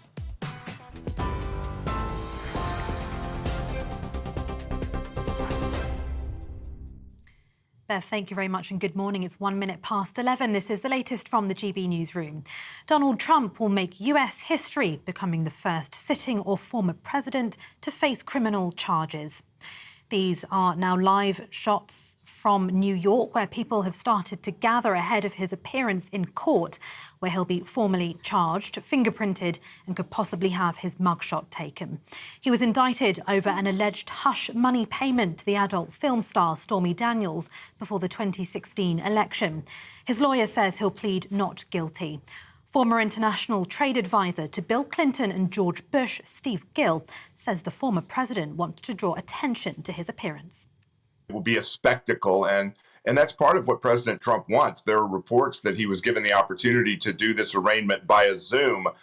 He's preferring to go in daylight, even though they've apparently negotiated no handcuffs, perhaps no mugshot, although the president has made comments that his mugshot will become the most famous mugshot in history and that you'll see it on T-shirts and mugs and everything else. The president is going to draw attention to this. The Home Secretary could face a legal challenge over plans to house migrants on a barge. The government is expected to announce that a leasing agreement has been reached to use the Bibby Stockholm in Dorset, which can accommodate more than 500 people. The move, designed to free up hotels, will reportedly cost taxpayers more than £20,000 a day. A teenager who was fatally stabbed in Leeds on Friday has been named by police. 18-year-old Jamie Mee died in hospital after being attacked in the Armley district of the city. Another 16-year-old boy who was with him at the time suffered serious but non-life-threatening injuries. A 30-year-old man was arrested on suspicion of murder, but he's been released on bail. Sir Richard Branson's rocket company Virgin Orbit has filed for bankruptcy. It's after it failed to secure long-term funding to help recover from January's rocket launch failure. The company launched the first rocket out of Britain, but it failed to reach orbit and sent its payload of US and UK intelligence satellites plunging into the ocean. Labour leader Sir Keir Starmer has called the government's halving of social care funding in England a betrayal. Millions of pounds have been removed from previously announced funding amid rising costs and troubles recruiting staff. In December 2021, the government had pledged to invest at least £500 million over the next 3 years to begin to transform the way in which they support the social care workforce. The government is setting out a new plan to ensure clean and plentiful supply of water for the future. The government wants to see more investment from water companies, as well as tougher enforcement for those who pollute. It also could see a ban of plastic in wet wipes and restrictions on substances and textiles, cleaning products and paints.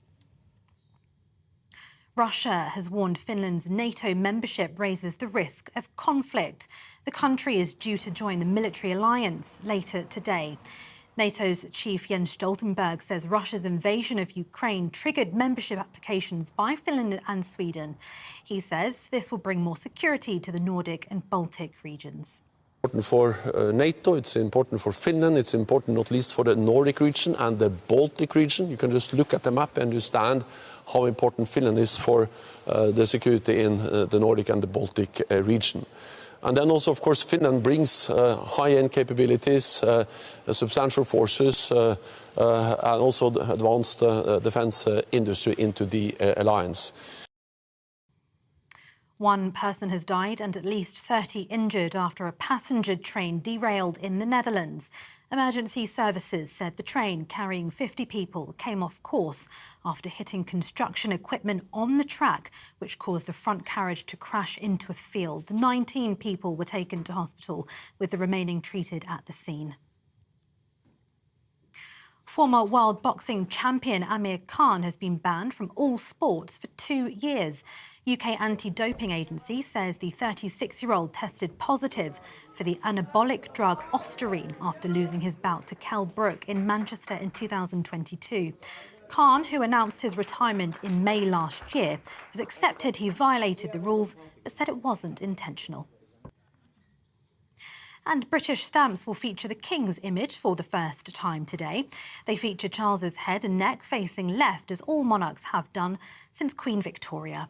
However, they will not be sold until stocks featuring the late Queen's image have been used up. This is GB News. We'll bring you more news as it happens. Now it's back to Andrew and Bev.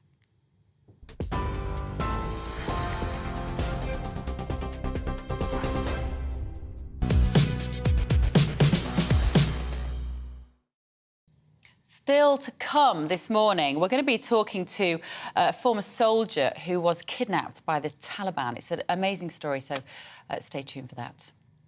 Now, Nigel Lawson, the Chancellor who spearheaded Margaret Thatcher's privatisation and tax-cutting agenda, has passed away at the age of 91. Tributes have poured in for him, including from the Prime Minister, who said he's an inspiration to me and many others. And former PM Boris Johnson said he was a fearless and original flame of free market conservatism. Well, one man who remembers Nigel Lawson personally, because he worked very closely with him, is the former Chancellor of the Exchequer, Lord Lamont, who joins us now. Lord Lamont, good morning to you. Nigel Lawson is often described as one of the most consequential of the post-war Chancellors. Why so?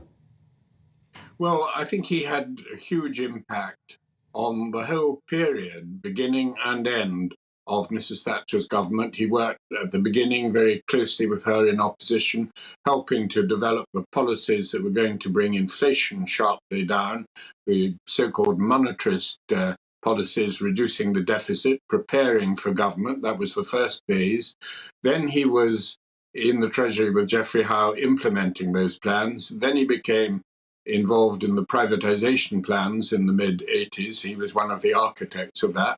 Then he went back to the Treasury and became Chancellor of the Exchequer and reduced the size of the public sector, implemented a tax-cutting agenda. So almost everything that you associate economically with Mrs. Thatcher, he had a huge impact on. Of course, was very responsible for the transformation in the stock market called Big Bang, deregulation of the stock exchange, which even today, Lord Lamont, means the London Square Mile is one of the most significant in the world. Yes, I think also there were other people involved in that as well, Cecil Parkinson, but you're quite right. Nigel Lawson believed that it was right to open up the City of London to international investment and international competition, something that was resisted by the old guard in the city, but proved to be beneficial to the city in the long run. 91 is a wonderful age. Many of us would like to get to 91. What was he like as a person? Did he enjoy life? Very much so. Nigel, there were many, many sides to him. He had a great sense of humour. I remember going to, I think it was his 80th birthday party, where he donned a velvet jacket and pretended to be Noel Coward, singing Noel Coward songs. You could hardly have believed it. I also remember I was in competition with him to get the seat of Blaby in Leicestershire. He won and he got the seat. And I was left high and dry. But I actually subsequently got a seat in a by-election so that I got into the House of Commons before Nigel, even though he'd beaten me for Blaby. But he wrote me a charming postcard just saying, "Delighted to have done you such a good turn." Showed his sense of humour. Is it true, Lord Lamont, you'll know this story, or is it just apocryphal? When he became Chancellor, Mrs Thatcher had one difficult task to confront with him when she said, "Nigel, you have to have your hair cut." That's quite possible.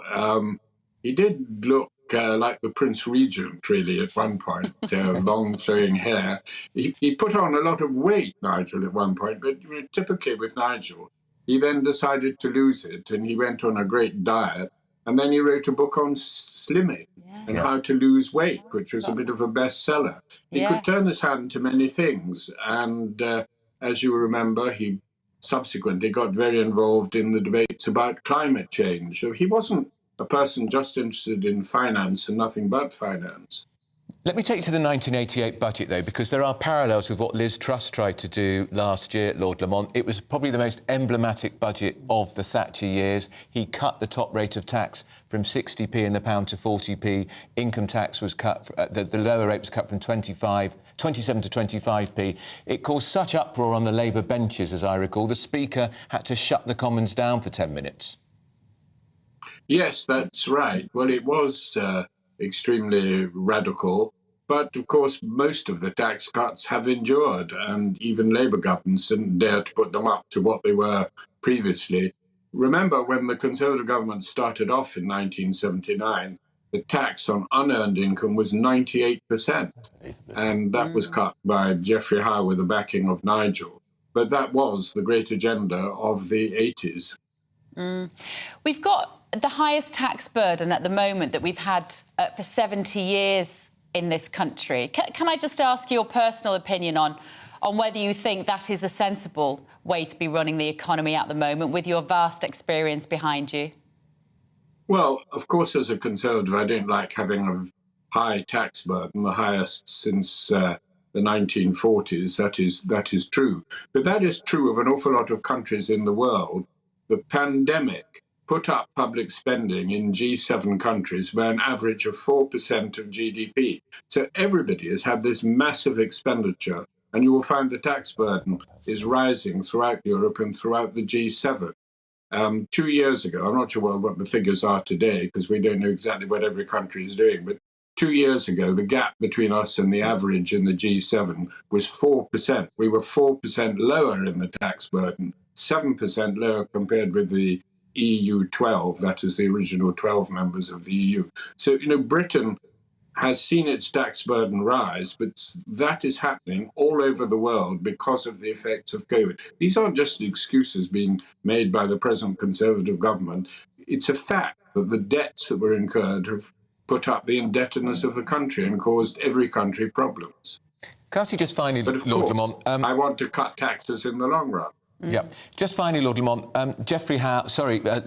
Nigel Lawson and Mrs Thatcher had that incredibly close working relationship, but in 1989, was it shortly after she said he was unassailable, he resigned from the Cabinet because they fell out over a number of issues. Is that what always happens between Chancellors of the Exchequer and Prime Ministers? Because you had one or two issues with your own Prime Minister when you were Chancellor, of course, in John Major. Well, the fact that the Chancellor of the Exchequer lives next door to the Prime Minister and there's just a connecting door between them, you'd have thought they could manage to get on, but actually there's always a bit of a strain.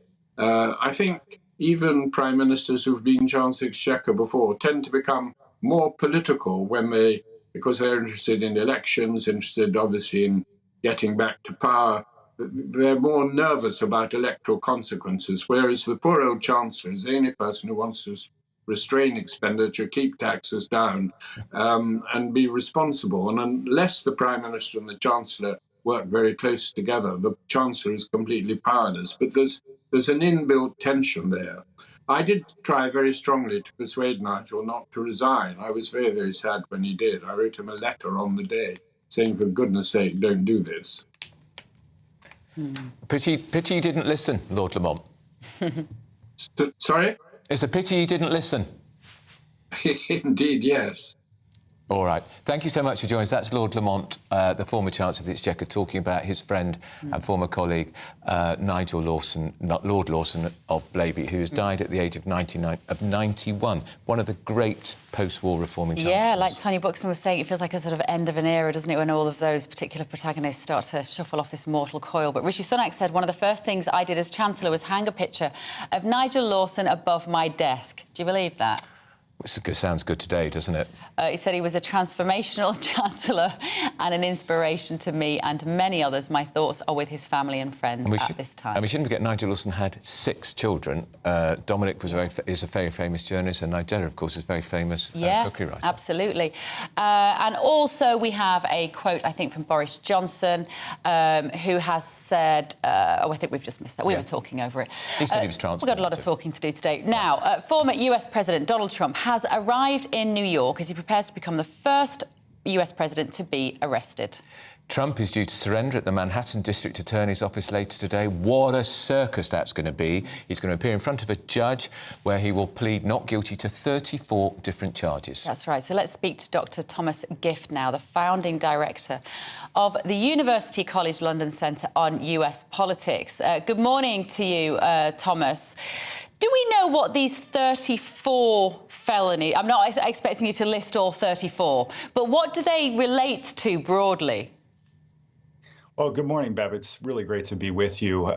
One thing to stress at the outset is that we do not know the precise details of the charges. And there's just been so much speculation on both the political left and the political right surrounding the allegations that I think it's worth reserving judgment until we actually see the details. What we do know is that they center on this allegation of hush money payments and whether it constitutes a crime in relation to campaign finance rules. So essentially, Donald Trump has admitted to paying hush money to adult film star Stormy Daniels, who accused Trump of essentially having an affair with him back in 2006. Donald Trump denies the affair, but he does say that he paid Stormy Daniels hush money.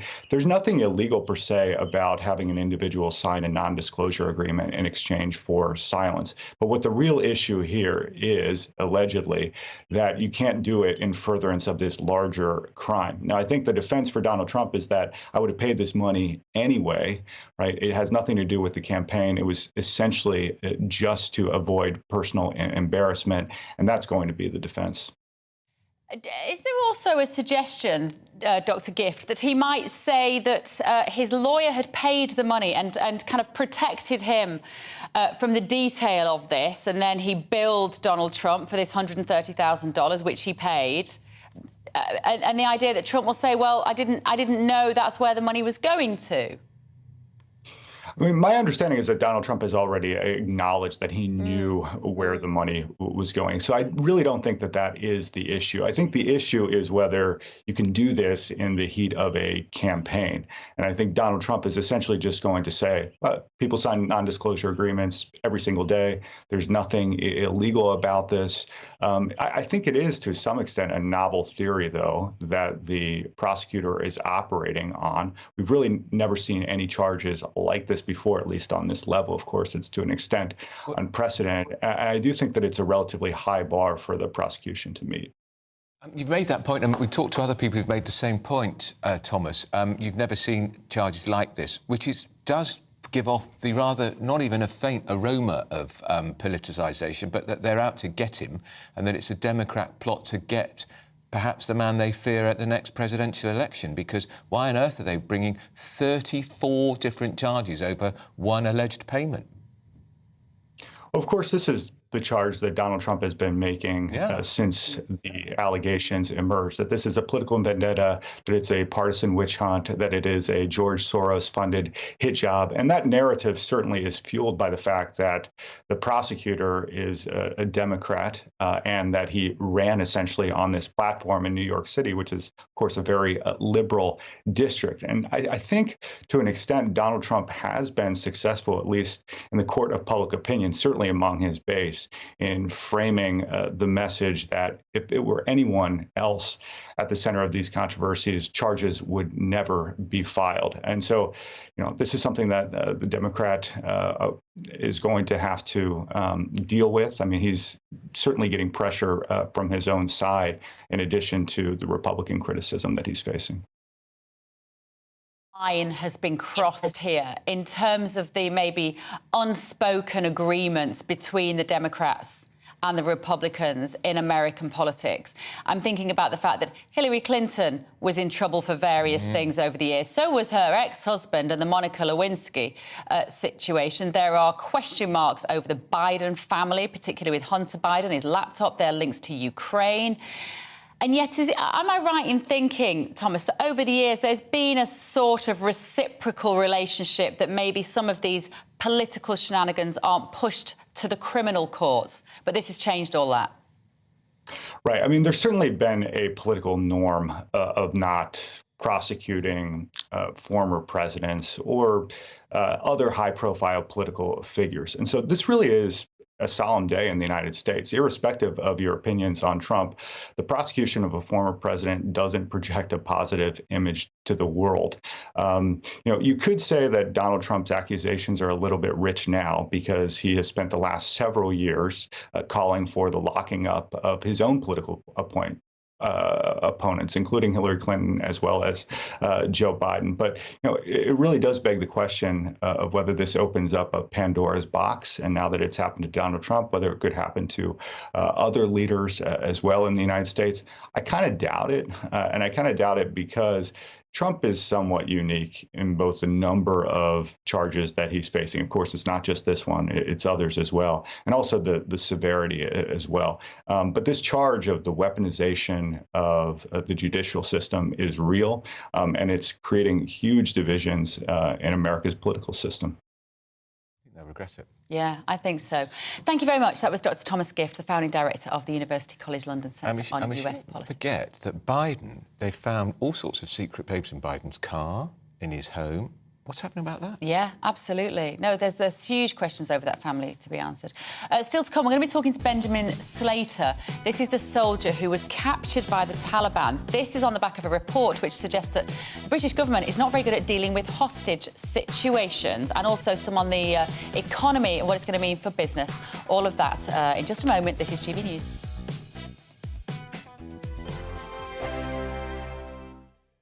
I joined GB News because I was sick and tired of not hearing my views being represented, not just mine, but so many people that I knew and spoke to. I just couldn't get my voice out there. I couldn't say anything. I couldn't do anything. Whatever the narrative was, I kind of had to follow it. GB News is there to provide a voice for those who have been ignored by the establishment media. We think different things, we've got a different style. GB News is here to be optimistic and positive about the future. It's real kind of dynamic and flowing, with the audience very much at the heart of it, like a big family.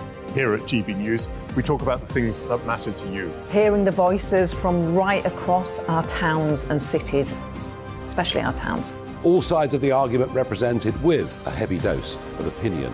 We're on a mission here to make a difference. And the GB News family really is here for you, and whatever time of day you can watch or listen. Britain's watching. Britain's watching. We're proud to be GB News. The People's Channel. Britain's news channel. Westminster is going around in ever-decreasing circles, followed by the media. Britain is broken. How on earth did we get into this mess? But more importantly, how do we get out of it?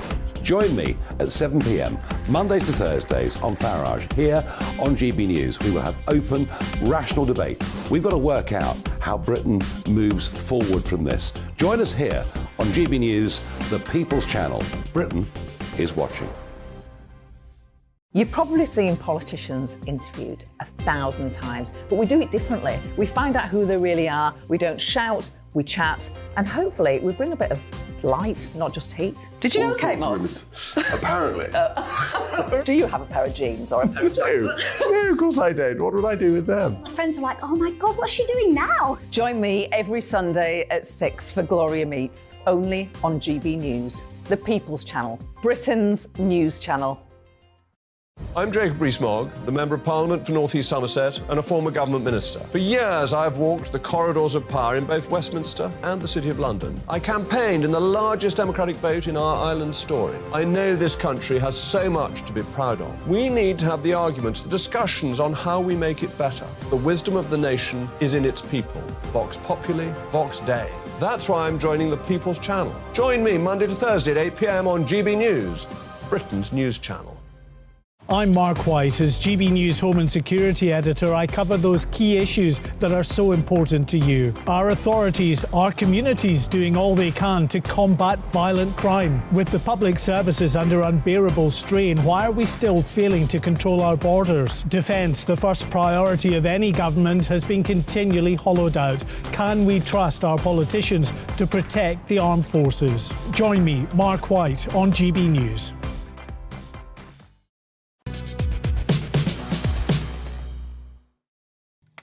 It's 11:25 on Tuesday. You're with Bev Turner and Andrew Pearce on GB News. This is To The Point.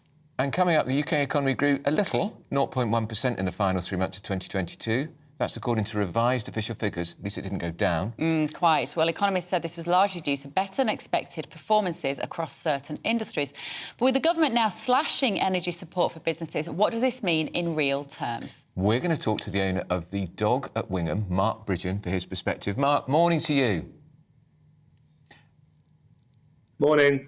Morning. So what's the big problem for you? Is it interest rates still rising? People losing their jobs? I mean, how is business? Business is pretty good. We are, we're very, very, we're busy. We have, we have the most incredible product and team, and so we remain busy.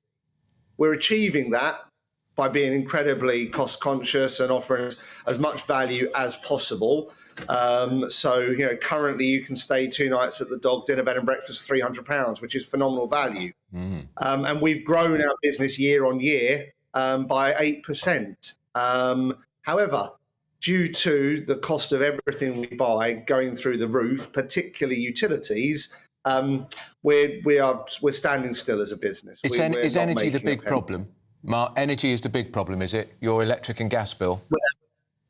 Without doubt, yeah. Our gas has gone up 5 times, and that's even with this cap in place. I'm very grateful for the support, but it's crippling. We've gone from a few £100 a month to just under £1,500 a month on gas, and our electric has gone from around £2,000 to just, we're peaking at over £5,000 a month. And how, I'm just thinking, it blows my mind when I hear these figures at the moment about energy costs from hospitality industry like you. What can you do to bring in more money to help you cover those costs? So, for instance, I'm thinking about what's on your menu today, what your specials are. How are you managing to make it work? It must be a daily struggle. It is, and we can't put the menu prices up anymore. Otherwise, you just risk. We all know everyone is struggling at the moment. Times are tough, and we're trying to continue to deliver, incredible food and drink, our amazing product, and control the costs. Whilst every cost that we face is through the roof. This month, national minimum wage has gone up, and I support that. However, our wage bill's gone up approximately 10%. And it feels like a losing battle. We're one of the best properties in the area. We're in the top 50 gastropubs in the UK, and we are barely surviving. We will, and we're doing great, but it's no way to run a business. And I know many pubs in this area that the tenants, the landlords, they've just walked out. The fair income that they were making for their family has now just been taken up by utilities. There's publicans working to pay utility bills, and they can't pay themselves. You haven't mentioned food inflation, of course, is crippling. It's its highest level for 40 years. Yeah,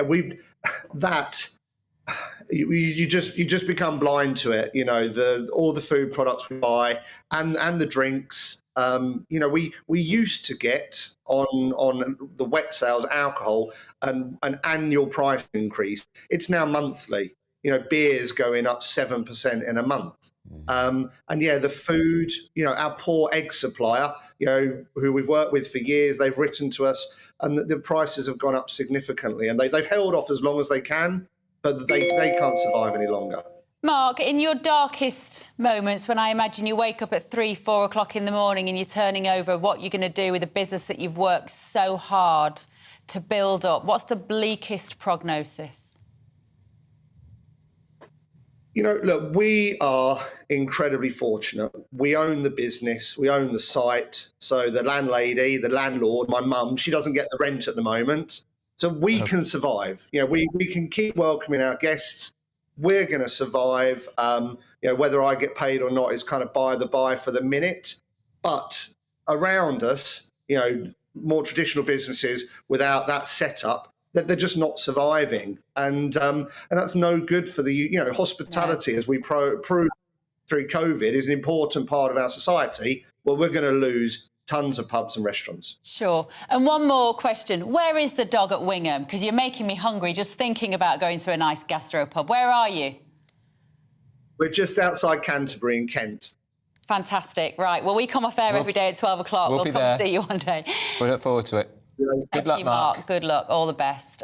Still to come, we're going to be looking at how the government are planning to clean British waters with who? Oh, yes, he's Fergal Sharkey. Was a great star of the music industry in the 1980s, and he's now a formidable campaigner on water pollution. And those water companies should look out for what he's got to tell us. All after your morning's news.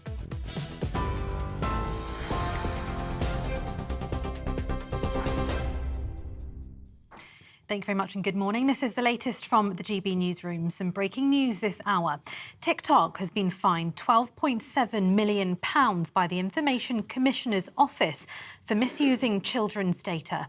The ICO says more than 1 million children under the age of 13 were using the app in 2020, despite its own rules not to allow young children to create an account. UK data protection law says that TikTok needs consent from parents for underage users. Donald Trump will make US history, becoming the first sitting or former president to face criminal charges. These are live pictures from New York, where he'll be formally charged. He was indicted over an alleged hush money payment to adult film star Stormy Daniels before the 2016 election. His lawyer says he'll plead not guilty. The Home Secretary could face a legal challenge over plans to house migrants on a barge. The government is expected to announce that a leasing agreement has been reached to use the Bibby Stockholm vessel in Dorset. The move, designed to free up hotels, will reportedly cost taxpayers more than £20,000 a day, accommodating more than 500 asylum seekers.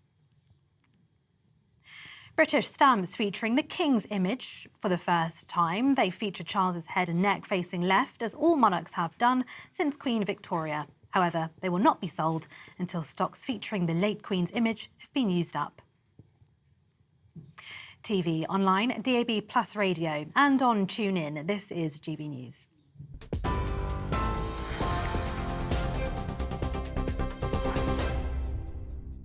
Direct Bullion sponsors the Finance Report on GB News for gold and silver investment. Here's a quick snapshot of today's markets. The pound will buy you $1.2499 and €1.1439. The price of gold is £1,586 and 5 pence per ounce. And the FTSE 100's at 7,680 points. Direct Bullion sponsors the Finance Report on GB News for physical investment.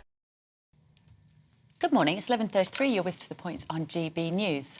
Time to read the day's papers. They're back, of course, those political titans, Tonya Buxton and our own very own senior political commentator, Nigel Nelson. Right, first of all, Donald Trump has arrived in New York for historic court appearance. Are we talking about that? Do we want to talk about that? Well, why not? Go on. Go on. Go on, then. Well, is it going to help him? My thoughts are, I'm one of these conspiracy theorists, don't you know? And I feel that actually all of this is being funded by the Democrats to help Trump do better so Ron DeSantis is out of the picture? Yeah. That's the theory. Well, that's one theory. Greg Swenson said that, didn't That's he? what Greg said, and I love Greg. Yeah. I love Greg too. But other things they just think it's the Democrats just determined to wreck Trump, and it might work the other way because his poll rating is soaring. Exactly. You know, why didn't they take the Clintons in? I mean, didn't the Clintons They didn't do some... take the Clintons. There They was did. I mean, he actually lied under oath. Yeah, he did. What was done about that? Yeah, I know. Different times. It's dirtier now, isn't it? Well, I think it's a win-win for Trump, however you look at it. Yeah. I mean, when it comes down to Tonia's sort of conspiracy theory, that would work on the basis of the polls. At the moment, they're showing he's 26 points ahead of Ron DeSantis. Last month, he was only 8 points ahead. Yeah. So from millions of dollars, Nigel, pouring into his election. That's right. All that's happening. And so, if he gets convicted, his supporters will say, "Oh, you know, it was all trumped up," to forgive the pun. And if he's exonerated, they'll be saying, "Well, it just shows the whole thing was a witch hunt and a show trial, and in the first place." So there's an awful lot of comparisons here. It seems with Boris Johnson before Privileges Committee. Yeah. It feels like the same thing, that if you support Boris Johnson over here, Donald Trump over there, it's kind of as if whatever happens to them, they're being treated unfairly. But it was the wall-to-wall TV radio coverage in America, but following the private jet, which was like a flipping jumbo jet, wasn't it? Not a small private jet, and all those Secret Service people with Trump reinforcing him as a major figure, a major player in the United States, whereas Boris feels to me like he's declining as a political currency in this country. I think you're completely right. And I do... But what really kind of jars me is that the one-sidedness. So if you are Conservative or if you are Republican, the kind of metropolitan media go for you. Yeah. It doesn't really matter what the crime was of what you've done, because we know that... You know, there's alleged things that Biden has done himself, his son's done. All of this is kind of suppress. Same with the Clintons. Suppress. And yet, if you are on the other side, they blow up trumped-up charges. Yeah. It does. But Melania is oddly absent, isn't she, Tonia? Or maybe not oddly. Wonder what she's thinking in the background. But she's thinking, we had a lovely life. We had tons of money. You never needed to run for president. I could have just been sat on the front of a yacht. She's probably praying he won't run for president after all. I bet she is. Yeah, but who here thought the marriage would survive post-White House? And they're still very much together. Yeah, they are together. I thought she'd be off like a shot. But are they really together? No, it's not a love marriage, is it? I mean, we have a sign that us Greeks go, was it his good looks? Was it his charm? Was it his very large private jet? It could have been his very So I was going with that private jet. I insist. Yes. Yeah, I just well, let's see. I'm sure Melania will come out at some point. Well, I was going to say we might know how she feels. We won't know how she feels because her face doesn't actually move at all. So I can never tell what that woman's thinking. Right, this is a bit of a serious story, though, isn't it? This is Tonia. This is one that caught your eye. Date rape wristbands. I don't even like the idea of date. I don't even like the phrase date rape, because often this is spiking drinks with someone you're not in a relationship, you're certainly not on a date with. Yeah.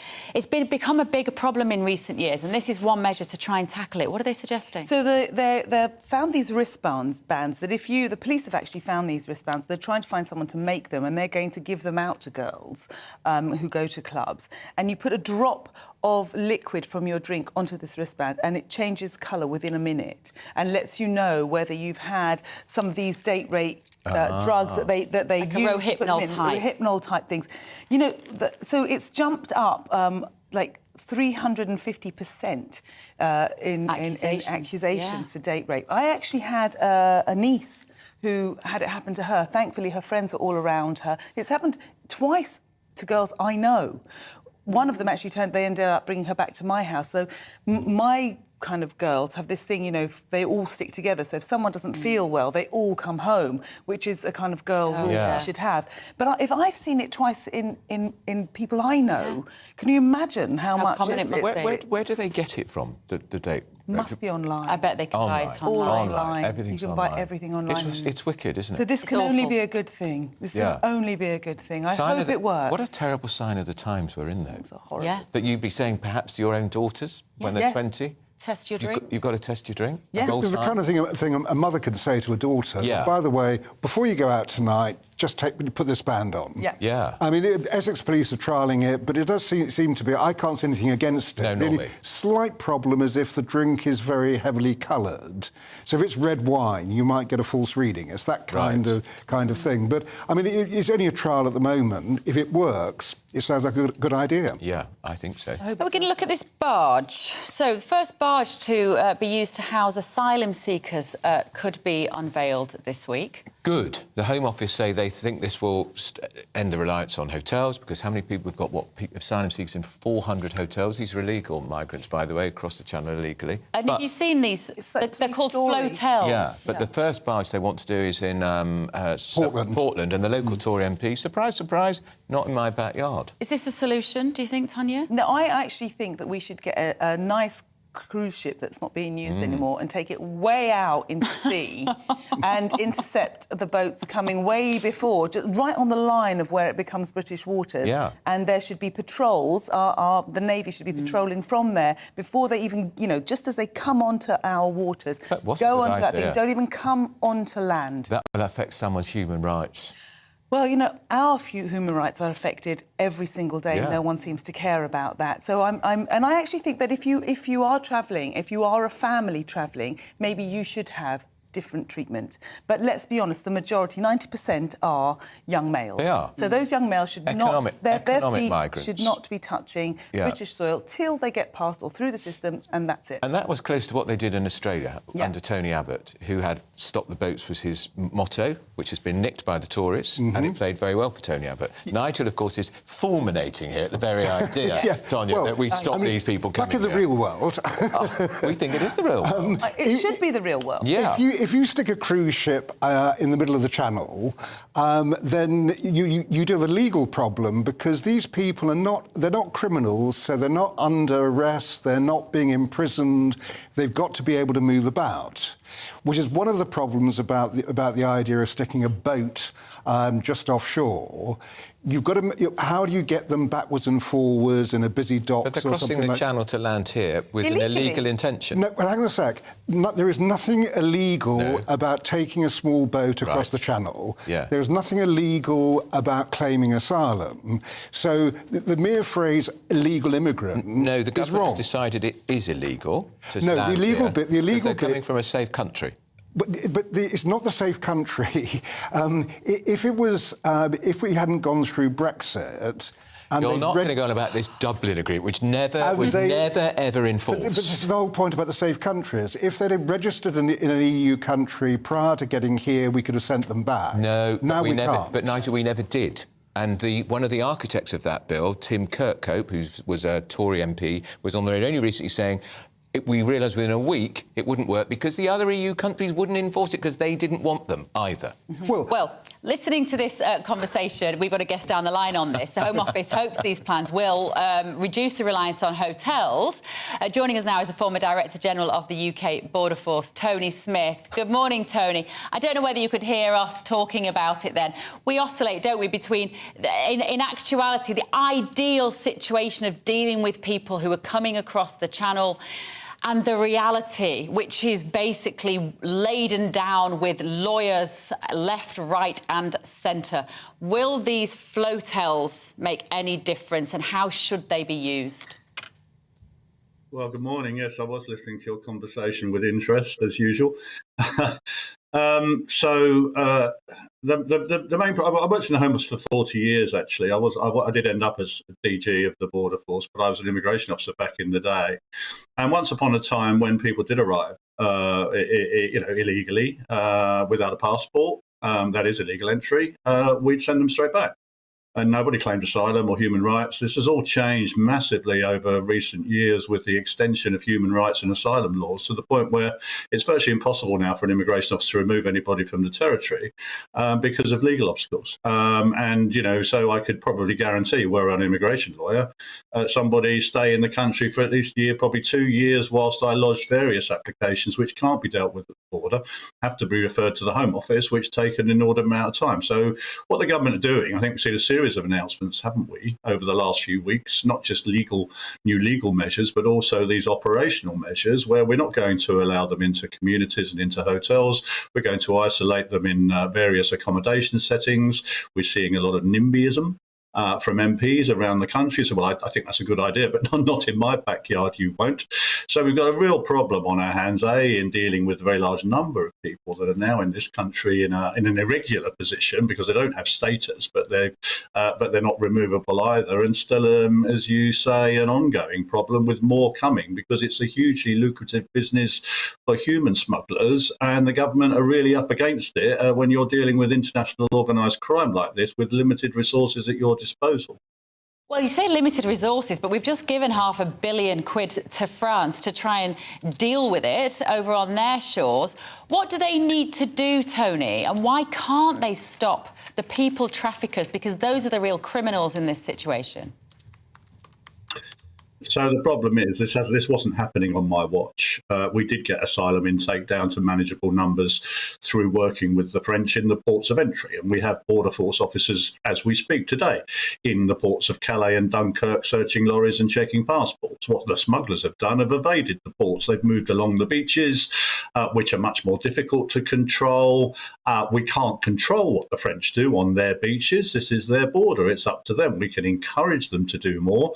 But French policy will only go so far, and that is to say, well, OK, we'll help you in terms of stopping the boats getting onto the water, but once they are on the water, we're not going to intervene. The smugglers know that, so it's a game of cat and mouse really that's going on getting migrants into boats at a price of about €4,000–5,000 a go. Do the maths. It's very, very good money for organised criminals who are operating not just on the continent but also here in the UK and further afield.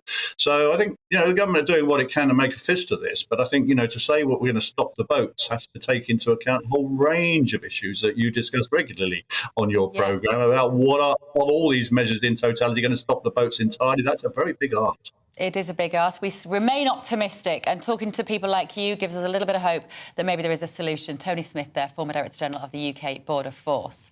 Now, the Environment Secretary, Therese Coffey, she's spoken out about the government's proposal to clean up Britain's waterways. She's announced all sorts of a range of measures. But but we're rather sceptical about them. And we've got somebody in the studio who is a formidable campaigner on the subject. I, of course, knew him as a child, buying his records in the Undertones. But you are probably... A child? I was a teenager. Well, I was a teenager. A late teenager. If that was some attempt to play my middle-aged insecurities, Andrew. But Fergal, you've become a formidable campaigner on the state of our waterways. What the Environment Secretary, frankly, is telling us today is a con. It is just an incredibly muddled, confusing, rejigging, reappraisal, representing. You're right. It is the third plan in the last 6 months. When it comes to wet wipes, I think that's now the third time they've said they're going to ban wet wipes in the last 5 years, but that does not include the time in 2021 when they said they weren't going to ban wet wipes. The £1.6 billion investment, well, does that now override the £3.1 billion investment that was announced last August, or the £2.7 billion announcement before that, or the £12 billion announcement before that, and the unlimited fines? You may remember, it was announced before Christmas that was going to be £250 million. Yeah. In January, the chairman of the Environment Agency said that was crazy in the government's completely lost their mind kind of a way. The Secretary of State in February said that was disproportionate. And here we are now, a matter of days later, they've clearly boasted some massive conversion and a vision on the road to a sewage treatment works, and £250 million has now become unlimited fines. But do they have the power now to do that? They've always had the power in the first place for 30 years to fine a water company up to 10% of its annual turnover. You want to guess how many times they've used that power in the last 30 years? How often?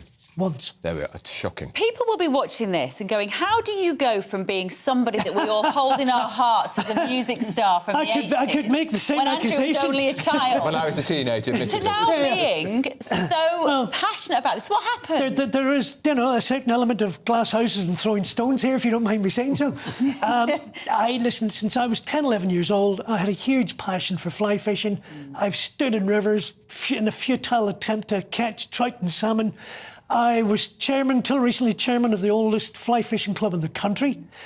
5 years ago, we found ourselves in a bit of an issue, and we ended up basically taken the Environment Agency all the way to the doors of the High Court. And that made me curious if a bunch of ladies and gentlemen of a certain age that simply want to go fishing had to take the Environment Agency almost into the High Court, what else was going on? That made me curious, stupidly, foolishly. It gave me an itch. I scratched that itch. Well, and here we all are today talking about it. Is this figure true? Every day, 825 times a day, sewage is going into our water. That is just last year, an average for last year. Is that figure shocking or what? 825 times a day. It works. If you take it over the last 3 years, you're looking at a grand total of 7.4 million hours on over 1 million separate occasions. I laugh even saying it myself. It seems so ridiculous. I think the really shocking thing, covered in a number of the papers this morning, we now know there was 1,500 separate occasions last year when sewage was dumped onto blue flag beaches. It's Easter, people are taking their kids to the seaside, and water companies are dumping sewage onto those beaches. Would you swim in around any beach in this country? As you may remember, me personally, actually, I can quote you the chief executive of the former chief executive of the Environment Agency, who retired 3 days ago. When he was asked if he would swim in any river in this country, his response was he would be cautious. And that coming from the chief executive of the government agency charged with protecting those rivers. So what forces are at play here, Fergal? Why are the governments so keen to, or so unwilling to take any measures? I think for me, what you're looking at is a physical manifestation of 30 years of political neglect. The regulators have clearly proved to be totally incompetent and failed to safeguard our interests. That created a vacuum. And ironically, the water companies filled that vacuum. We now know that they've made off with about £72 billion worth of our money. Left those companies saddled with about £60 billion worth of debt. So somebody, well, when you see chief executives being paid salaries of £3.9 million a year, including bonuses... Can we get those directors' money? Does that exist under the law currently? Oh, yes. So why don't they do that too? Not only are we going to fine... Because if they fine the companies, Fergal, they'll pass that on to the consumer. But so let's go for the directors. And here's the thing. The Secretary of State this afternoon can fix all of this with nothing more than a stroke of a pen. For 30 years, government has had the power to issue what's called an enforcement order. That is a legal instruction from government. You're doing exactly this. You'll pay your directors that. You'll pay your shareholders this. You will invest X amount of money in our infrastructure. And if you don't, we will take 10% of your turnover away from you every single year until you comply.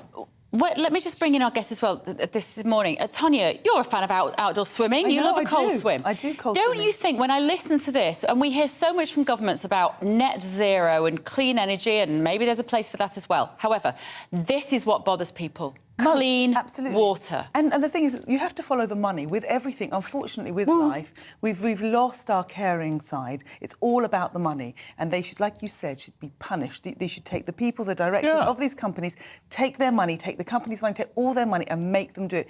And this is something that could be easily done. You know, net zero is killing poor people. You know, but plastics and our water are things that could be done right now. Why are they not being done? And why don't we make them drink the water?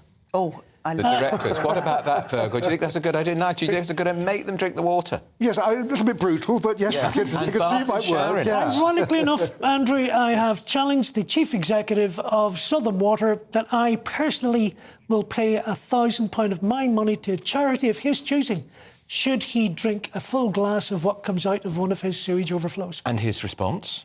For some reason, I've had no response whatsoever. I don't know why. No. But the challenge still stands. Yeah. You very much confused me on April Fool's Day when I saw your tweet saying that you had been appointed as the head of Ofwat, and you did a brilliant mock-up, and for a moment I thought it was true. I thought it was one rare piece of good news. Well, it would have been good news. It would have been great news. But can you get involved with it on a more official level? Take that passion to the desk? Well, listen, that is becoming kind of a conversation that other people are desperately trying to have with me at this point in time. And I've always been a big believer in that it's better in the outside looking in than the outside looking out, or outside looking in. Maybe Keir Starmer could find you a job. Has he talked to you about this, the Labour leader? I have had one conversation with Keir Starmer about sewage. Right. And as you can tell, and this is not a party political broadcast, the Labour Party have come out quite strong over the weekend in their opposition to government's plans, and indeed Starmer's been leading on that, voicing that opinion. You've seen a few environment secretaries in your time. Is Therese Coffey the worst you've ever come across? I think it's kind of up there, right up there. If there was a league table or a top of the pops for these things. Show a picture of her, just to remind people what she looks like. Again, this is just purely observational on my part. Was there not a poll published yesterday ranking government Secretary of States? She was in negative territory. She was actually bottom of the list in negative territory. Even below the Chancellor, who keeps taxing us. Thank Fergal, you. will you come again? For fitting us in at the end of a busy day. We will have you back anytime. Fergal Sharkey, Nigel Nelson, Tonya Buxton, thank you so much. It's flown by this morning, hasn't it? Certainly has. Right, coming up next is GB News Live with Mark Longhurst. This is To The Point. We'll be back tomorrow morning at 9:30. Have a great day. See you then.